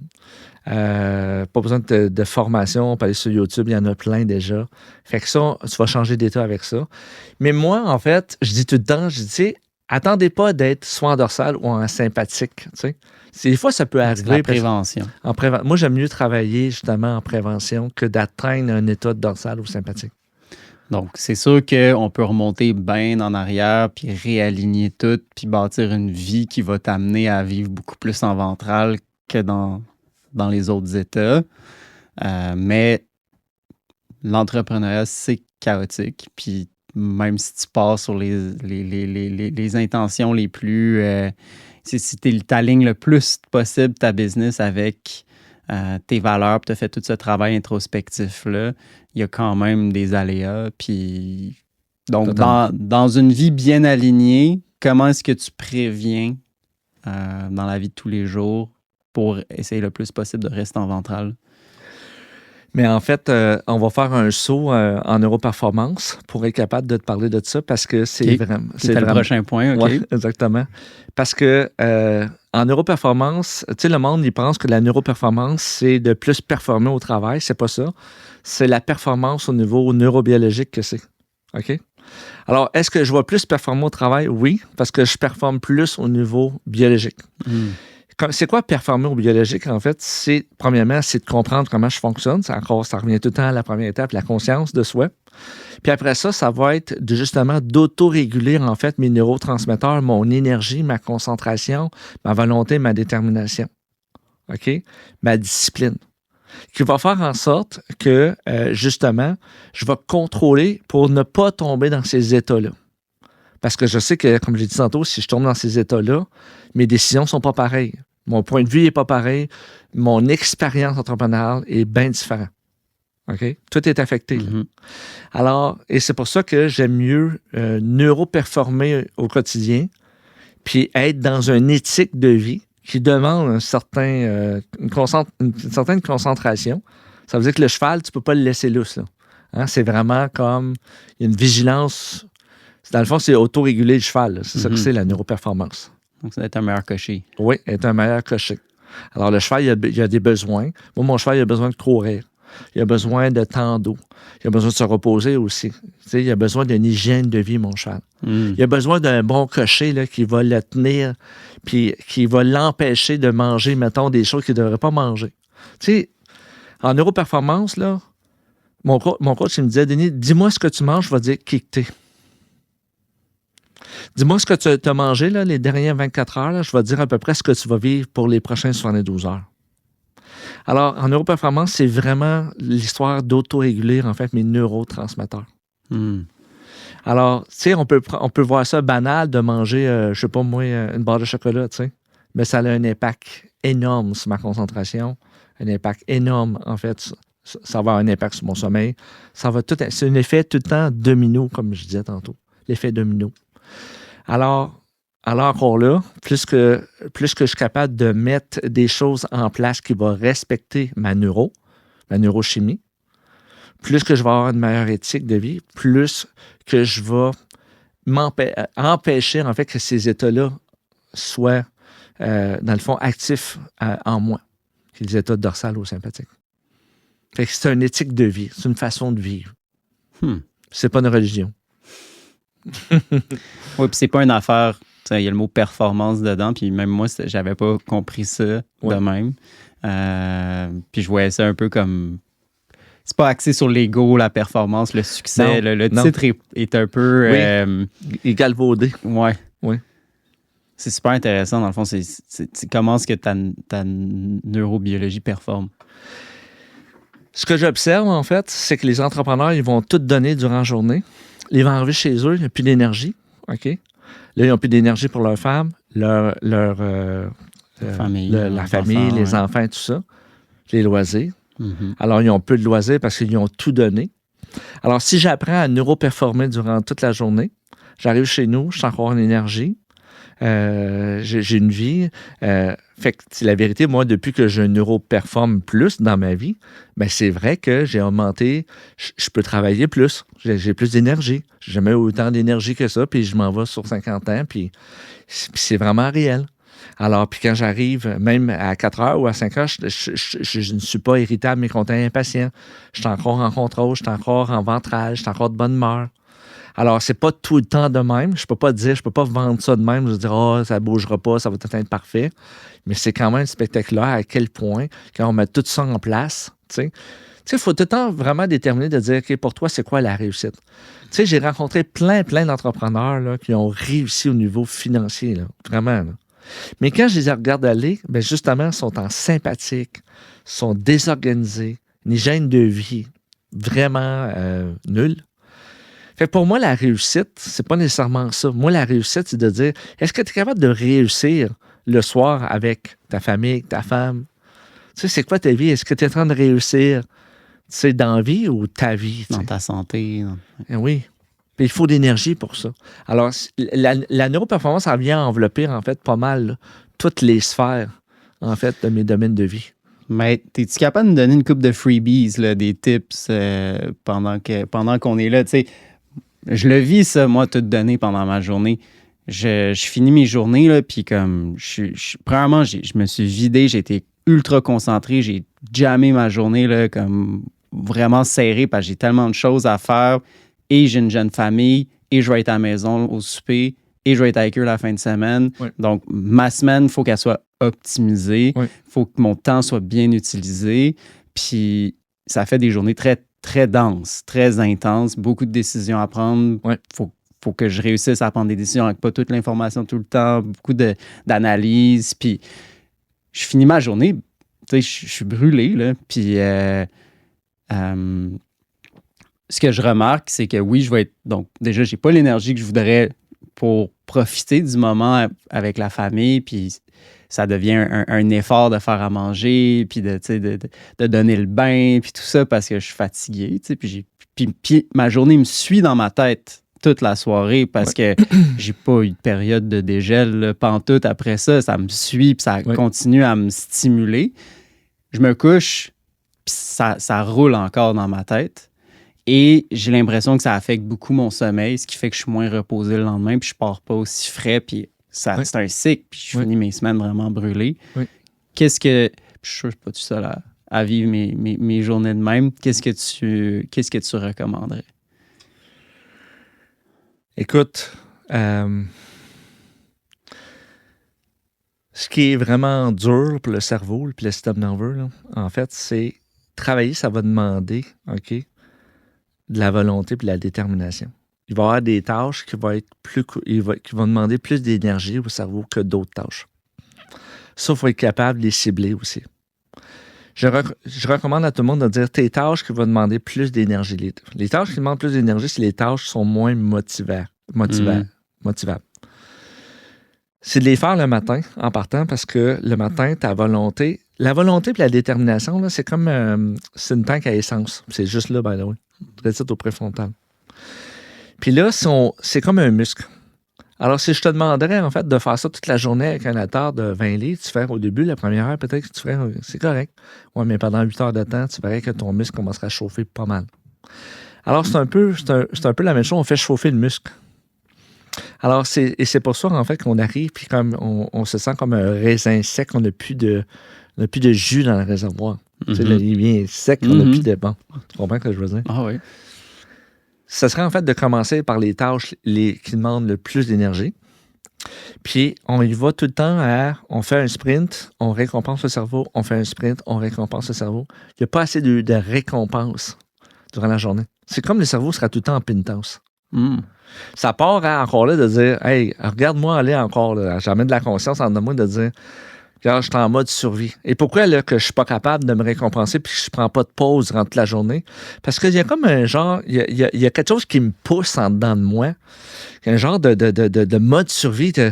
Si je donne pas à fond, je réussirai pas. Puis non, mais c'est pas vrai, ça. C'est pas vrai. Plus que tu vas te récompenser, plus que tu vas avoir des pas de recul, plus que tu vas performer dans toi, puis plus que tu vas performer à l'extérieur de toi après. Alors, c'est toute l'histoire. Après ça, c'est comme, il y a effort, après ça, récompense. Tu fais un effort, tu te récompenses. Puis les récompenses, ça peut être autant... Tu sais, moi, là, je vais commencer, là, je vais aller au gym le matin. Là, ma récompense, c'est mon café après mon gym. OK? Fait que, vois-tu, effort, récompense. Là, après ça, je m'en vais au bureau. Là, mettons, je fais 1 heure de coaching. Récompense, après ça, ça va être mon shake, mettons. J'ai ma récompense, je vais m'élever debout. Ou je vais appeler quelqu'un, je vais parler avec quelqu'un qui me donne la dopamine, je vais appeler un ami, tu sais, entre les pauses. Je suis tout le temps en train de planifier, en fait, ces séquences-là pour justement me donner de l'énergie, pour remplir, en fait, pour que j'aie des réserves au niveau, en fait, de mon essence, au niveau de ma volonté dans mon cerveau. C'est bien, bien important. Super intéressant. Puis sinon, on est bien bon pour peser sur le gaz, puis plus fort tout le temps. Comment est-ce qu'on fait pour peser sur le frein? C'est quoi les outils qu'on a pour freiner? C'est-tu les récompenses ou y a-tu d'autres manières de calmer le système nerveux qui est stimulé? Puis ça peut... Tu me parles de tout ça, puis moi, toute ma journée, je la trouve le fun, là. Puis c'est pour ça que j'arrête pas, parce que je trouve ça le fun jusqu'au bout. Puis j'ai pas envie d'arrêter, mais c'est très stimulant, puis ça me draine. Puis j'ai quasiment l'impression d'être récompensé tout le long, là. Mais c'est trop stimulant, too much, puis je m'en sors plus à la fin de la journée. Ça reste dans ma tête, j'ai plus d'idées, puis bref, j'ai l'impression d'avoir le gaz au fond tout le temps. Comment tu fais pour breaker? Ça commence à encore de voir, en fait, dans quel état que je suis, dans quel élan que je suis. Tu sais, c'est bien beau de dire, j'ai du fun, tout ça, mais ça sent... Tu sais, la plupart du temps, on va être en sympathique, là, puis on réalise pas, tu sais. On est comme gaz au fond, justement, tu sais. Ouais. Tu sais, puis le cerveau, il va être très, très micro durant cette période-là aussi. Il va oublier d'anticiper. Comme moi, en ce moment, je suis ici, mais j'ai pas fini ma journée, là. Alors, ça, il faut que je retourne chez moi. Là, après ça, j'ai un souper à faire. Je suis un père de famille. J'ai des devoirs à faire avec mon gars. J'ai d'autres responsabilités. Je dois être en énergie. Je dois, en ce moment même, auto-réguler, en fait, mon énergie. Alors, être excité, c'est la pire affaire que tu peux pas être. Quand je suis en ventrage, je suis pas excité. Quand je suis en ventrage, je suis groundé. Ouais. Quand moi, je suis excité, c'est pas bon. C'est sûr que des fois, là, on peut se permettre d'être excité, d'être content. C'est pas ça que je dis, là. Ouais. Je veux pas trop... Mais d'être agité. D'être agité. D'être sur un high. Ouais. Puis là, on va l'avoir, là. Puis, tu sais, c'est comme l'obsession aussi, là, tu sais. Alors, encore là, c'est d'amener encore... C'est tout le temps d'amener la conscience de dire, ouais, regarde-moi aller en ce moment. Là. Je suis en obsession. Je suis sur un high en ce moment. Je suis en train de brûler beaucoup d'énergie avec mon obsession en ce moment. À soir, quand tu vas arriver chez vous, tu vas voir que tu vas le sentir, en fait. Tu me rappelles quand même une bonne façon de gérer ta journée, c'est de constamment être conscient de l'étape où tu es rendu dans ta journée, puis de commencer à te calmer bien avant. Là. Pas attendre la fin de journée pour se dire c'est le temps de commencer. La journée au bureau commence à finir, puis déjà essayer de comme changer la vibration. Puis idéalement, tu vas te passer la journée en ventrale, ça c'est le best, mais quand tu as du fun de même, c'est dur de rester cool. Oui, mais c'est plus qu'on avance, plus qu'on prend de l'expérience là-dedans, plus ça fait comme on doit autoréguler notre excitation intérieure, tu sais. Même que tu reçois une bonne nouvelle, je ne sais pas, vous venez de signer. J'ai ça, des bonnes nouvelles en ce moment. Là. Ben oui. Mais les bonnes nouvelles, il faut les je mette Gab en vacances. Oui, mais il faut les autoréguler aussi. C'est ça, rester groundé. Ouais. Des fois, on voit ça comme un cadeau, puis des fois, c'est pas tout à fait un cadeau, au niveau émotionnel. Alors, c'est tout le temps de rester calme là-dedans, de pas... Tu sais, moi, ce que j'ai vu en 10 ans, c'est pas quand quelqu'un était en dorsale qui faisait les plus grandes erreurs. Là. Mm-hmm.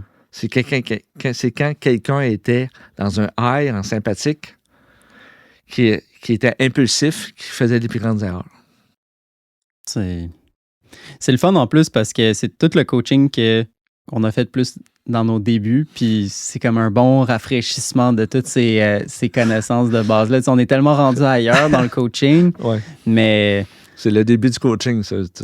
Oui, mais c'est tellement important. C'est tellement important. Là, on est sur le plus big picture dans ce qu'on fait maintenant, mais maudit que c'est intéressant dans ta vie de tous les jours, puis c'est tellement la neuroperformance.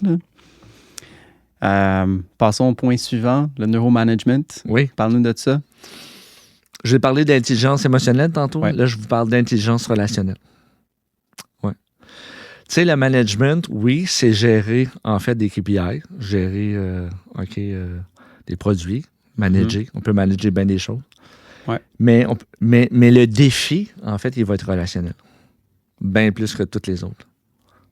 Même, il est même plus grand que le défi financier. Le défi relationnel est immense.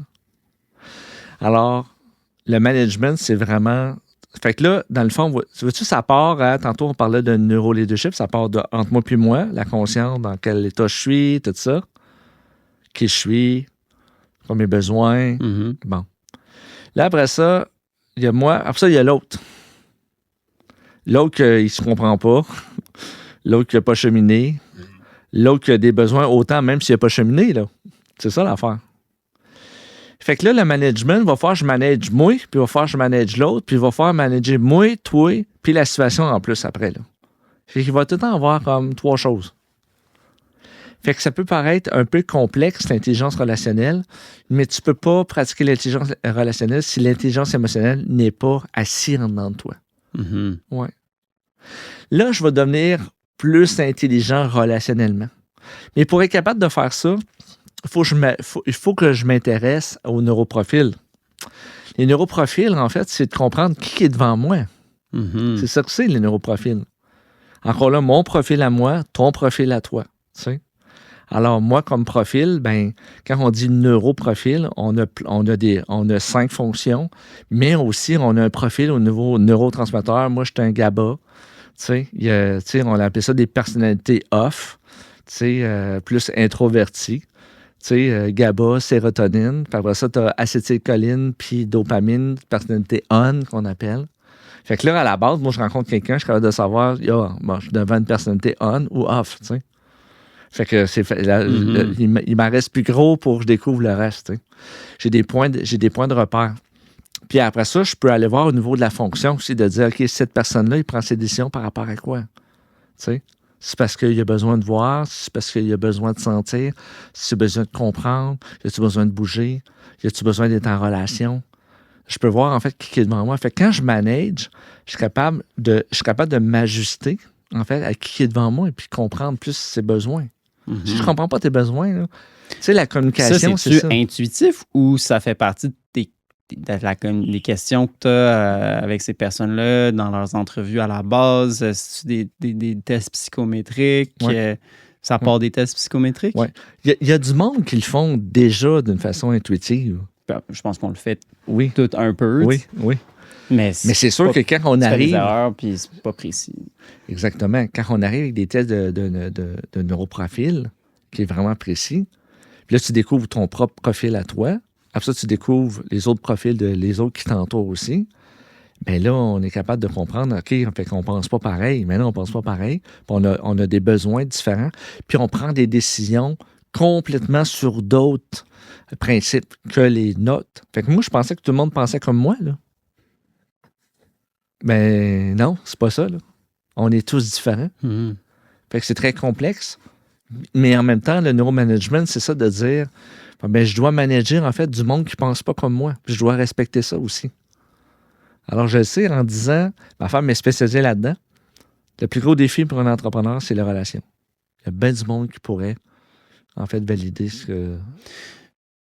Fait que tu dis, ça part des tests psychométriques, comme y a-tu moyen pour une petite entreprise de ne pas mettre 5-10 000 $ sur des licences de tests psychométriques? C'est comme, ça ressemble à quoi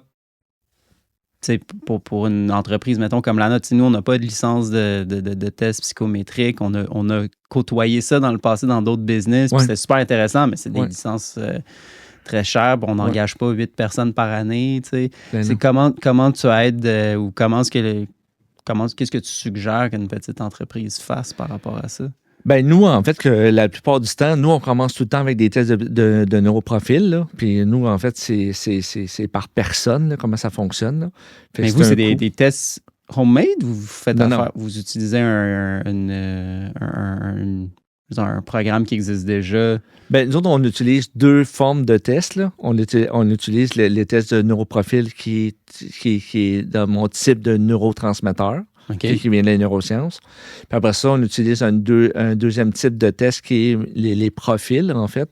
Dans le fond, qui vient de Synergie Max. C'est une entreprise, en fait, qui ont construit, en fait, 5 profils, un test de psychométrie sur 5 profils, avec 18 types de fonctionnement qui vient avec ça. Fait que là, quand un entrepreneur arrive, puis mettons, il y a une équipe de 5, bien, il achète 5 tests, puis dans le fond, on fait passer les tests. Ça commence par là, parce que ça commence par la connaissance de soi. Alors, les tests de neuroprofil, en fait, après, tu pourrais nous accompagner dans engager une nouvelle personne pour un type de rôle, puis de matcher ça avec les bons profils. Exactement. Alors, on peut passer un test, OK, pour savoir quel type de personne qui devrait être à ce poste-là. Puis après ça, quand tu engages, maintenant, tu dis, c'est vraiment une bonne personne, puis je veux m'assurer, voir que ce sera la bonne personne pour ce type de poste-là. Là, tu peux faire passer un test de neuroprofil. Mais ça, pour moi, je disais, les tests de psychométrie, c'est le shortcut, en fait, pour la connaissance de soi. Tu sais, ça englobe pas tout, mais ça englobe quand même beaucoup de points. Ça va vraiment, en fait, indiquer, en fait, je parle beaucoup de besoins depuis le début, parce qu'au bout de la ligne, ça revient beaucoup à des besoins. Fait que ça va vraiment indiquer quel genre d'équipe que tu as de besoin, quel genre d'environnement que tu as de besoin, c'est quoi ton approche, c'est quoi tes points faibles, c'est quoi tes points forts. Alors, c'est très précis, à peu près 98-99% précis. Fait que c'est assez. Fait que c'est un shortcut pour apprendre à qui on est. Ouais. Moi, c'est fou, là, ça a changé toute ma façon la manière que moi je me perçois. Je me dis, my God, OK, c'est vraiment ça. Puis après ça, ben, que ce soit mon équipe, moi, chez Axe One, mais quand je le fais faire dans les équipes, dans les entreprises, c'est un game changer. Là. Alors, en fait, le manager, lui, quand il parle, mettons, à une affective, il ne parle pas de la même manière qu'il parlerait, mettons, à un cognitif. Un cognitif. Mais c'est vraiment drôle parce que commencé en parlant du point sur le neuromanagement en disant, on parle souvent de management, c'est des chiffres, des KPI, tout ça. Ouais. Puis là, j'avais envie de t'ajouter, j'adore cette expression-là, ce qui ne se mesure pas ne se gère pas. Puis là, au final, ça revient, tu dis, c'est l'intelligence relationnelle qui mène dans le management. C'est ça qui est encore plus important que les finances. Puis ça part d'un test psychométrique, donc une mesure de l'individu. Donc, encore une fois, ce qui ne se mesure pas ne se gère pas. Oui. Puis, il y a des tests qui existent pour mesurer la personne dans son type pour après mieux le gérer, pour mieux gérer l'équipe, pour mieux gérer les rôles, etc. Oui. Donc, au final, ça revient aux KPIs ou d'une certaine manière, ça revient à des métriques. Oui, ça revient à des métriques. Puis, à partir de métriques, tu peux prendre des décisions mesurées, plus rationnelles. Exactement. Puis pour avoir fait des tests psychométriques dans le passé, là, ça venait avec des chiffres, évidemment, dans des profils. Donc, quand tu n'es pas habitué à ça, c'est un petit peu plus dur à interpréter, mais ça venait aussi avec des descriptions qui étaient préparées par le test. Puis on l'a fait, Ced, moi, puis on l'a fait pour plein d'autres mondes quand on était dans peinture étudiante. Puis c'est impressionnant, la description que ça fait de la personne. Puis pour le fun, on a ressorti ces tests-là récemment. C'est des tests qui dataient de 10 ans. T'sais, on avait 20 ans quand on avait fait ces tests-là. Puis la description de la personne était encore... Moi, je lisais la description sur moi. 10 ans plus tard, j'ai changé, j'ai vieilli, je suis plus le même gars, j'ai pas les mêmes expériences, mais c'était encore ultra précis, je trouve, par rapport à qui je suis. Fait que c'est assez fascinant, les tests psychométriques. Puis tu me mets un peu la puce à l'oreille là-dessus. Il faudrait qu'on le fasse pour l'équipe. Ça serait peut-être un bon truc à faire avant le retreat à la fin de l'année. Mais écoute, oui, comme je l'ai dit, c'est le shortcut, en fait, pour apprendre à se connaître. Puis, fait que c'est très... c'est fondamental pour moi, là. Surtout quand on travaille au niveau de l'organigramme avec une entreprise, puis placer les personnes aux bonnes places. Tu sais, souvent, on va arriver, on va dire « Ah, je te verrais faire ça, je te verrais faire... » Hey, attends une minute, là. Ça marche pas de même. Entre « je te verrais faire ce poste-là », puis au niveau émotionnel et psychologique, est-ce que tu es prête? Est-ce que tu es capable de faire ce poste-là? C'est deux choses complètement différentes. Ray Dalio, je le vois pas dans la bibliothèque, là, mais son premier gros livre qui est sorti, qui explique vraiment tout comment il a bâti sa business. C'est un gars dans l'investissement, je sais pas si tu connais Ray Dalio, là, mais c'est une légende dans l'investissement. Tous les employés ont un scorecard. Puis eux, ils ont leur propre mesure. Puis il prend un peu l'idée des cartes de joueurs de baseball puis de hockey avec tous ces points ou des cartes Pokémon carrément, là, avec des habilités, des forces. Puis c'est super important dans leur business de tout le temps se référer à ces scorecards-là pour toute la vie d'un employé dans l'équipe, puis pour bâtir des différents groupes, etc. Il se réfère toujours au scorecard.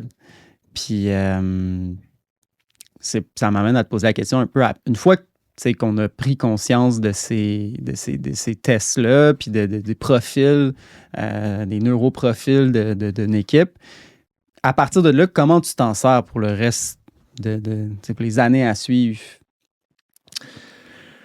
Niveau personnel ou dans le management? Dans le management, là, en neuromanagement. OK. Fait que, mettons, moi, je suis un manager. Comment moi, je me sers de ces tests-là face à mes employés? Ouais. OK.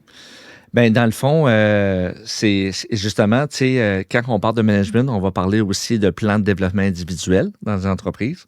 Puis, j'aime le mot individuel. OK? On va souvent avoir le plan de développement de l'entreprise. Ouais. Mais ce serait le fun que le mot individuel soit là parce que c'est un individu qui est différent de tout le monde. Alors, dans l'entreprise, on devrait avoir un plan on appelle ça les DPI, un plan, un PDI, excuse-moi, de développement individuel pour tout le monde. Et pourquoi, en fait? Alors, si je suis un bon manager, je vais avoir ça parce que je vais m'assurer que mon employé reste motivé.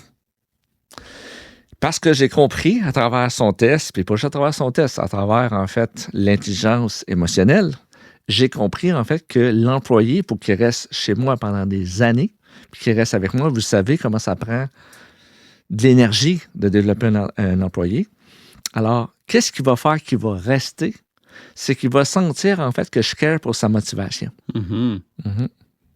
Ben, alors, des plans de développement individuel, OK, avec un test de psychométrie. Alors, parce que le test de psychométrie, il va me donner l'information que je vais comprendre ses besoins. Puis avec lui, je vais pouvoir vraiment le supporter pour m'assurer que sa motivation reste tout en haute. Oui, puis que tu crées une carrière de toutes pièces pour l'individu qui répond à ses besoins. Dans l'entreprise. Trippant. C'est tellement une bonne idée. Ouais. Puis je pense à nous dans notre équipe, ça fait même si c'est pas mesuré, tout le monde est rentré ici avec des ambitions, des visions. Puis Vision Dev était sur ce chemin-là. On en a discuté pour trouver comment est-ce que Vision Dev était sur ce chemin-là pour leur donner ce qu'ils ont besoin pour bâtir leur trajectoire de rêve, tu sais.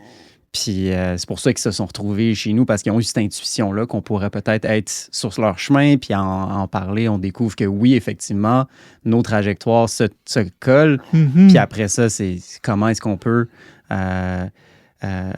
t'aider à avancer dans ton plan pendant que toi, tu nous aides à atteindre notre vision. Puis je pense que si tu es capable de renouveler ce plan-là à chaque année, régulièrement, ben tu peux avoir une rétention incroyable, puis t'assurer que le monde colle, tu sais, pour longtemps. Surtout s'ils sont rentrés pour les bonnes raisons, puis qu'en plus, tu suis leur plan, le monde n'aura pas de raison de partir. Puis il doit pas y avoir grandes entreprises qui ont cette façon-là de voir le leadership. Non. Donc, c'est super intéressant. En Europe, de plus en plus, là, vraiment, là, c'est vraiment sont en avant complètement. Ici au Québec, malheureusement, c'est encore... Une opportunité à saisir pour Axe One. Oui, exactement. Fait que c'est pour ça qu'on fait ce podcast-là, de dire, wow, OK, tout ça, ça existe. OK? Ouais. Puis, tu sais, c'est de dire, entre moi, le manager, puis mes employés, on est en co-création. On n'est pas en position de force. Tu sais, là, pour moi, le pire leader, c'est se met en position haute devant un employé. Non, je suis en position neutre avec toi. Mm-hmm. On se respecte. Moi, je te respecte autant même si c'est un employé, parce que sans toi, je pourrais pas tout accomplir. Alors, par exemple, moi, mon rôle, c'est pas de me supérioriser devant toi. Moi, mon rôle, par exemple, c'est de m'assurer que tu sois à la bonne place. Mm-hmm. Puis je vais te développer, je vais carry, puis je vais m'assurer que ta motivation reste haute. C'est le jour et la nuit. Là. Ouais. On est ailleurs complètement. C'est tellement le fun. C'est juste un autre degré complètement de collaboration. C'est un autre état de conscience. Mais vois-tu, il faut que je me le donne à moi, ça, avant que je sois capable de donner aux autres. C'est pour ça qu'on parle d'intelligence émotionnelle avant de penser à l'intelligence relationnelle. Il faut que je me le donne à moi, ça, ce caring-là. Ah oui. Il faut que je me l'offre à moi en tant que manager. Après ça, je vais te donner à mes employés. Mm-hmm. Ouais. Oh, dans les temps, ça se passe très bien. Donc, on a fait la neuroperformance, le neuromanagement, le neuroleadership. Le dernier point, c'est le neuromarketing. Parle-nous de ça. Neuromarketing, en fait, c'est vraiment les coachs stratèges chez Axe One qui vont vraiment être spécialisés là-dedans. Moi, je fais du neuromarketing, moi aussi, depuis quelques années. J'adore ça. J'aime ça au bout. Qu'est-ce que tu veux dire? En fait, tu reçois des enseignements? Ou tu... Ben, j'ai reçu des entraînements, oui, mais ce que je veux dire par là, c'est que j'accompagne aussi vraiment des personnes, vraiment en tant que coach stratège en neuromarketing. Alors, encore là, quand on dit neuromarketing, c'est juste les outils. Là, ça reste du marketing pareil. C'est juste que les outils sont différents. OK? Il faut comprendre que ce soit le neuromarketing ou la neurovente, parce qu'on peut mettre tout ça dans le même tas aussi. OK? Il y a 3 principes. Le cerveau, il est basé sur 3 systèmes d'exploitation. Okay? Puis ces 3 systèmes d'exploitation-là nous amènent à 3 besoins. Le besoin de sécurité, le besoin de se satisfaire, puis le besoin de se connecter. Toute forme de décision, de motivation est drivée sur ces 3 besoins-là.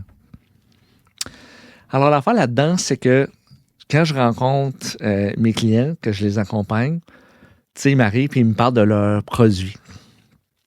Puis là, moi, je les challenge en disant, c'est quoi tu vends, toi? Ben, il dit, ben, Denis, moi, je vends, je sais pas, là, mettons. Je vends des systèmes d'alarme. Je vends des systèmes d'alarme. Genre, OK, tu vends des systèmes d'alarme. C'est pas ça, non, tu vends pas des systèmes d'alarme, tu vends de la sécurité. C'est ça que tu vends. Puis là, c'est là, il y a tout le flip se fait. Parce que la stratégie ne sera pas basée sur ton système d'alarme, c'est ton comment, comme on parlait tantôt. Mais ton quoi profond, puis ton pourquoi, c'est la sécurité. Pour protéger. Mm-hmm. OK? C'est le système d'évitement quand je parlais du système. Ouais. OK? C'est pour éviter les agressions. Il dit, ouais, c'est ça je vends. Oui, c'est ça que tu vas vendre. Alors là, tout le contenu, tous les textes, tout est pas par rapport à son produit. Son produit il devient un détail. Mm-hmm. C'est le moyen. C'est le moyen, exactement. Là, on est, vois-tu comment? Fait que là, on vient d'arriver à une autre étape complètement. Là. C'est un autre coche, complètement. C'est pas juste une histoire de dire, ça c'est cool, on va faire tel script parce que j'ai vu que... Non. Le marketing, c'est la compréhension du cerveau encore. Le neuromarketing, c'est vraiment encore l'histoire, la compréhension du cerveau. Il y a plein de monde qui font du marketing, ils n'ont aucune base en psychologie, puis au niveau des neurosciences. Fait qu'ils vont juste se fier sur ce qui s'est fait dans le passé, ce qui a marché ou pas. Nous autres, c'est vraiment une stratégie au niveau tout le temps du neuro. Qu'est-ce qui va déclencher la motivation? La personne va vouloir ce produit-là, OK, justement l'alarme, parce qu'elle veut éviter, système d'évitement, elle veut éviter une agression. Elle veut la sécurité. Mm-hmm. Alors, on va fesser là-dessus. Les textes vont être engendrés par rapport à ça. Moi, c'est quoi je vends chez Axe One? Moi, je vends la connexion. En partant. Ouais. C'est comme tu ne seras pas un numéro. C'est sûr qu'on n'ira pas à la pêche ensemble, mais tu vas sentir quand même que tu ne te sentiras pas comme un numéro. Tu vas te sentir que tu es important. Tu vas sentir que je care pour toi. Alors après ça, mon comment, ben, c'est mon coaching, c'est mes neurosciences, c'est mon, tu sais. Mais ça commence par, on va se parler, on va se connecter ensemble. On va créer un lien ensemble. Toi, Léo, c'est quoi tu mets? Bonne question. Je pense qu'on vend de la sécurité. Oui. Ouais. C'est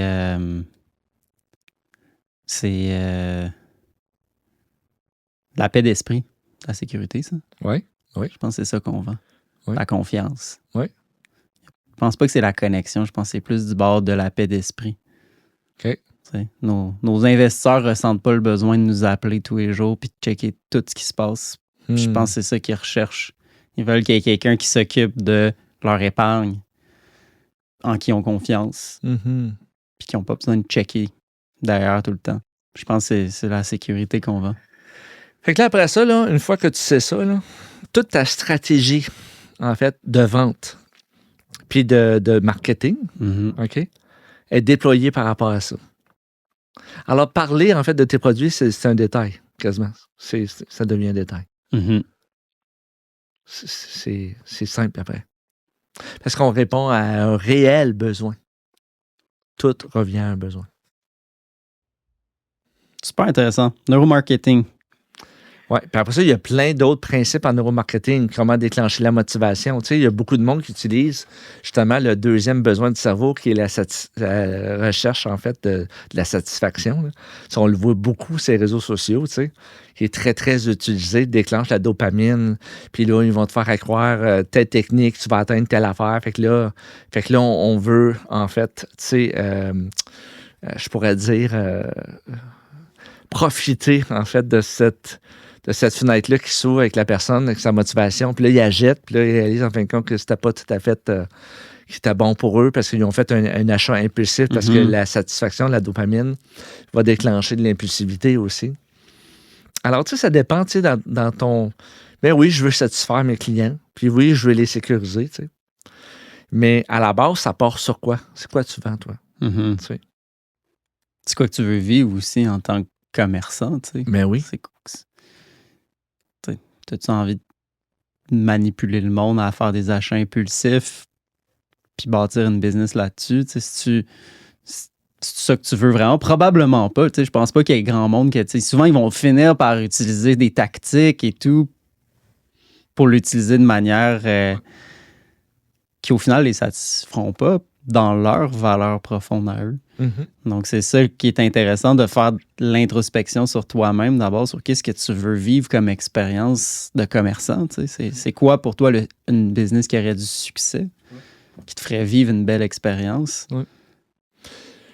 Alors, nous, là, comme coach stratège en marketing ou en vente, ça ne va pas moi quand même que souvent, on va faire porter un test de neuroprofil, en fait, à la personne qui va... Ils sont étonnés de dire « Comment ça? » Comme je viens de voir, comme pour des conseils de marketing, tu me fais passer un test de profil, quand je comprends pas, tu sais, c'est la première fois. Mais premièrement, on n'est pas une agence de marketing, tu sais, on fait de l'accompagnement. Tu sais, on peut t'aider à intégrer certaines choses, on le fait, parce que dans le fond, c'est le monde qui travaille avec nous dans l'équipe. Oui, on peut le faire. Mais à la base, on se positionne vraiment dans l'accompagnement. Puis, dans le fond, moi, je veux savoir qui tu es pour être capable de construire aussi d'une façon stratégique tout ton marketing par rapport à ton profil. Tu sais? Alors, vois-tu, ça revient tout le temps à la même affaire. La connaissance de soi, qui est devant moi, c'est quoi ses besoins. Fait que là, tu sais, en tant que stratège marketing, si je n'ai pas cette information-là, encore là, je t'arrive tout le temps avec la même recette. Moi, je n'ai pas tout le temps la même recette. Moi, ça va dépendre qui est devant moi. Alors, si je n'ai pas cette information-là, là, puis je suis un stratège marketing, j'en ai juste une recette, dans le fond. C'est tout le temps la même. Puis je vais...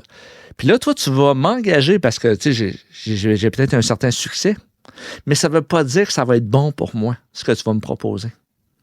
Ça ne veut pas dire que ça va respecter, en fait, qui je suis dans mon alignement, qui je suis dans mes besoins.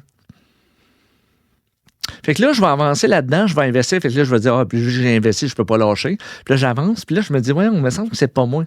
Il me semble que ça bloque. Il me semble qu'il y a quelque chose qui fonctionne pas. Ben oui, je sais, mais tu as été mal conseillé. Ce que t'es induit dans ton cerveau, c'est ce que le coach stratège, lui, il pense qu'il est bon. Oh, mais t'as une minute, là. Ce que tu vas proposer, nous, on dit au coach, on dit, qu'est-ce que vous proposez, en fait, à vos clients, doit respecter leur neuroprofil. Ça va loin, là. Il y a combien de personnes en ce moment qui investissent des milliers de dollars en marketing? C'est même pas eux autres, ils se connaissent même pas. Ils font des choses, ils font de l'organique, ils payent des milliers de dollars par mois, puis ils font des choses qui sont même pas eux autres. C'est fou. On le voit plein, ça. Puis on dit, hey, comment ça fonctionne pas comme j'aimerais que ça fonctionne? On ne sent pas que tu es authentique là-dedans. On dirait que tu joues. On ne sent pas ton authenticité. Ben oui, mais c'est parce que c'est pas toi. Puis pourquoi c'est pas toi? Parce que tu te connais pas. Puis comment ça, tu te connais pas? Parce que tu n'as pas passé de test, tu ne connais pas tes besoins, tu n'as pas fait un travail sur toi. Alors, le coach stratège, qui a toutes des bases en neurosciences, mais il est capable d'amener le client, lui, en disant, t'as une minute, là, je suis pas sûr que ça, c'est toi. Tu sais, on appelle ça faire du authentic marketing, faire du marketing, faire du marketing, faire du marketing authentique. Ouais. C'est pas juste d'être authentique parce que c'est moins peaufiné puis c'est plus behind the scenes, c'est du marketing qui est aligné avec toi. Oui, exactement. Puis, qu'est-ce que tu ferais dans une situation où tu veux bâtir un brand qui n'est pas rattaché à un individu? Tu veux... j'en parle beaucoup. Nous, notre vision, c'est de bâtir Vision Dev, pas bâtir les Opiced. Puis c'est de bâtir quelque chose qui va perdurer au-delà de nous, qui va bâtir de la relève, de bâtir quelque chose qui est autonome, qui a sa propre identité. Oui. Qu'est-ce qui arrive dans ce temps-là? C'est à qui que tu fais passer le KPI? Le test, c'est... Comment tu vois ça quand c'est ça l'intention? Oui, c'est une très bonne question. En fait, je vais y répondre. Moi, je pense que, premièrement, on parle d'une identité, OK, qui n'est pas personnelle. C'est vraiment une identité qui a été créée. Cette identité-là doit être créée par un groupe d'individus qui ont leur propre identité. Alors moi, quand j'accompagne le monde qui font ça, c'est que dire, OK, parfait. Ce qu'on va faire, c'est qu'on va faire un combat de valeur, toute la gang ensemble. Alors, on va partir une journée de temps ensemble avec l'équipe. La plupart du temps, on est peut-être une dizaine des fois, tout dépendant, 5, 10, tout dépendant. Et on va faire ce combat de valeurs-là pour pas que ça devienne... Que les valeurs, tu sais, on voit ça souvent, là, dire « Ah, on a choisi les valeurs de l'entreprise. » Wow, t'as une minute, là. Mm-hmm. C'est qui a choisi les valeurs de l'entreprise, premièrement? Comment vous avez fait l'exercice? Oui, puis c'est l'ego aussi, tu sais, c'est comme il y a un moyen, en fait, d'aller... Des valeurs morales versus oui, des valeurs profondes. Exactement, tu sais. Parce qu'on choisit, la plupart du temps, on va choisir des valeurs qui sont hautes, puis ce que les clients vont penser de ces valeurs-là, tu sais. Mais c'est pas de même, c'est pas vrai, ça. Encore là, on n'est pas authentique, on est en train de jouer, on est en train de fabriquer quelque chose qui n'est pas réel. La vérité de ça, là, on veut diluer, en fait, pour s'assurer, en fait, que ce soit collectif, ça, cette affaire-là. Mm-hmm. Une fois que ce coaching-là est fait, on a 4 valeurs entre les mains, on a 4 énergies. Ces 4 énergies-là forment d'une certaine façon une identité qui commence à se créer. Là, après ça, il va y avoir des couleurs qu'on va aller greffer à ces 4 énergies-là. Puis là, cette identité-là, elle va commencer à se vivre à travers. Tout le monde va pouvoir dire dans le cercle, de dire, moi, j'ai un peu de cette identité-là dans ce branding-là. Alors, je m'associe à cette identité-là. Puis là, on va la faire évoluer. Fait qu'elle va devenir une identité, OK? C'est une incorporation. Puis après ça, vous autres, moi, ce que j'aime aussi de dire, tout dépendant de ce que vous faites, nous, chez Axe One, il y a Axe One qui devient une identité. C'est exactement ça qui s'est produit. On s'est embarré pendant une journée de temps avec tous mes coachs. On a fait un combat de valeurs ensemble. Puis Axe One, c'est pas juste Denis Chénier. Axe One, c'est plusieurs identités qui ont parti de humaines. Puis après ça, nous, on travaille en sous-marque. Ça veut dire que Denis, par contre, oui, c'est comme, encore l'histoire de la drill Milwaukee, Axe One, mais il y a quand même, le menuisier. Tu sais, fait que Denis, il est quand même Denis. C'est une sous-marque. Puis Denis a sa propre identité là-dedans aussi. Je veux pas me perdre. Tu sais? Fait que je peux dire, voici en fait mon produit avec lequel je peux vous aider. C'est les produits Axe One, le système Axe One, c'est cool. Mais encore plus grand qu'Axe One, il y a Denis là, en ce moment. Il a son identité. Fait que le monde ne viendra pas en fait pour la marque. Le monde va venir en fait la plupart du temps pour justement la connexion. Tu sais, tout dépendant là, de si c'est un produit. En fait, du e-commerce, d'affaires, c'est une autre affaire, mais mettons qu'on parle de service, là. Le monde va venir, en fait, pour la personne, tu sais. Alors... Parce qu'il faut qu'il y ait des personnes. On est en sous-marque. Les gens ne vont pas s'attacher à une marque. Comme ils vont tout le temps s'attacher à des personnes autour de la marque. Donc, tu pourras jamais... Il va toujours y avoir des personnes en chair et en os pour représenter une marque. Oui. Vraiment cool. Écoute, on a fait le tour des grands points qu'on voulait discuter aujourd'hui. On a été bon, je trouve. C'était concis, puis on n'a pas trop dérapé, je pense. Parce qu'on aurait pu. Tu sais, c'est des grands sujets, puis tu étais bon de garder ça dans une enveloppe digeste. Puis je suis fier de nous pour ça. Mais j'ai quelques petites questions pour finaliser tout ça.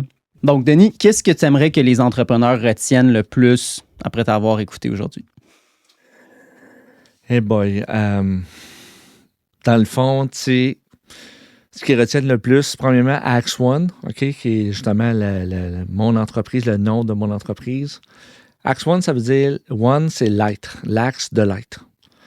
Ce que je veux que vous reteniez le plus, c'est que si vous mettez l'être avant le faire, vous allez atteindre des niveaux que vous ne pensez jamais d'atteindre. Puis là, je ne parle pas juste dans votre entreprise, je te parle au niveau de tout votre domaine, tous vos domaines de votre vie. Alors, j'encourage tout le temps, tu sais, parce que les réflexes, j'en ai parlé tantôt, le réflexe, c'est mettre le « je veux faire, je veux avoir, je veux faire, je veux avoir », puis l'illusion de tout ça, c'est plus que je fais, plus que j'ai comme l'impression de réussir dans la vie puis d'être plus aimable. Puis c'est tout le contraire. Plus que tu fais, plus que tu as, plus que tu mets de la pression sur l'être. Alors, si tu mets l'être en premier, tu le renforces. Tu vas pouvoir avoir beaucoup de choses puis faire beaucoup de choses, je te le promets, mais ton expérience va être complètement différente. Arrêtez d'inverser. Je sais, c'est le mode survie qui nous fait que le cerveau va choisir bien plus le faire puis l'avoir. Ça sécurise. C'est un gain négatif, en fait, cette affaire-là. Mm-hmm. Ça sécurise sur le coup de faire puis d'avoir. Mais si on met l'être en premier, puis on amène de la conscience, puis on fait le chemin, puis on commence à se comprendre, puis à tout mettre en place, ce que j'ai expliqué un peu, mais c'est sûr que tu vas avoir une autre expérience complètement différente, là. Selon toi, c'est quoi la grande prochaine évolution dans le monde des affaires dans ce contexte-là?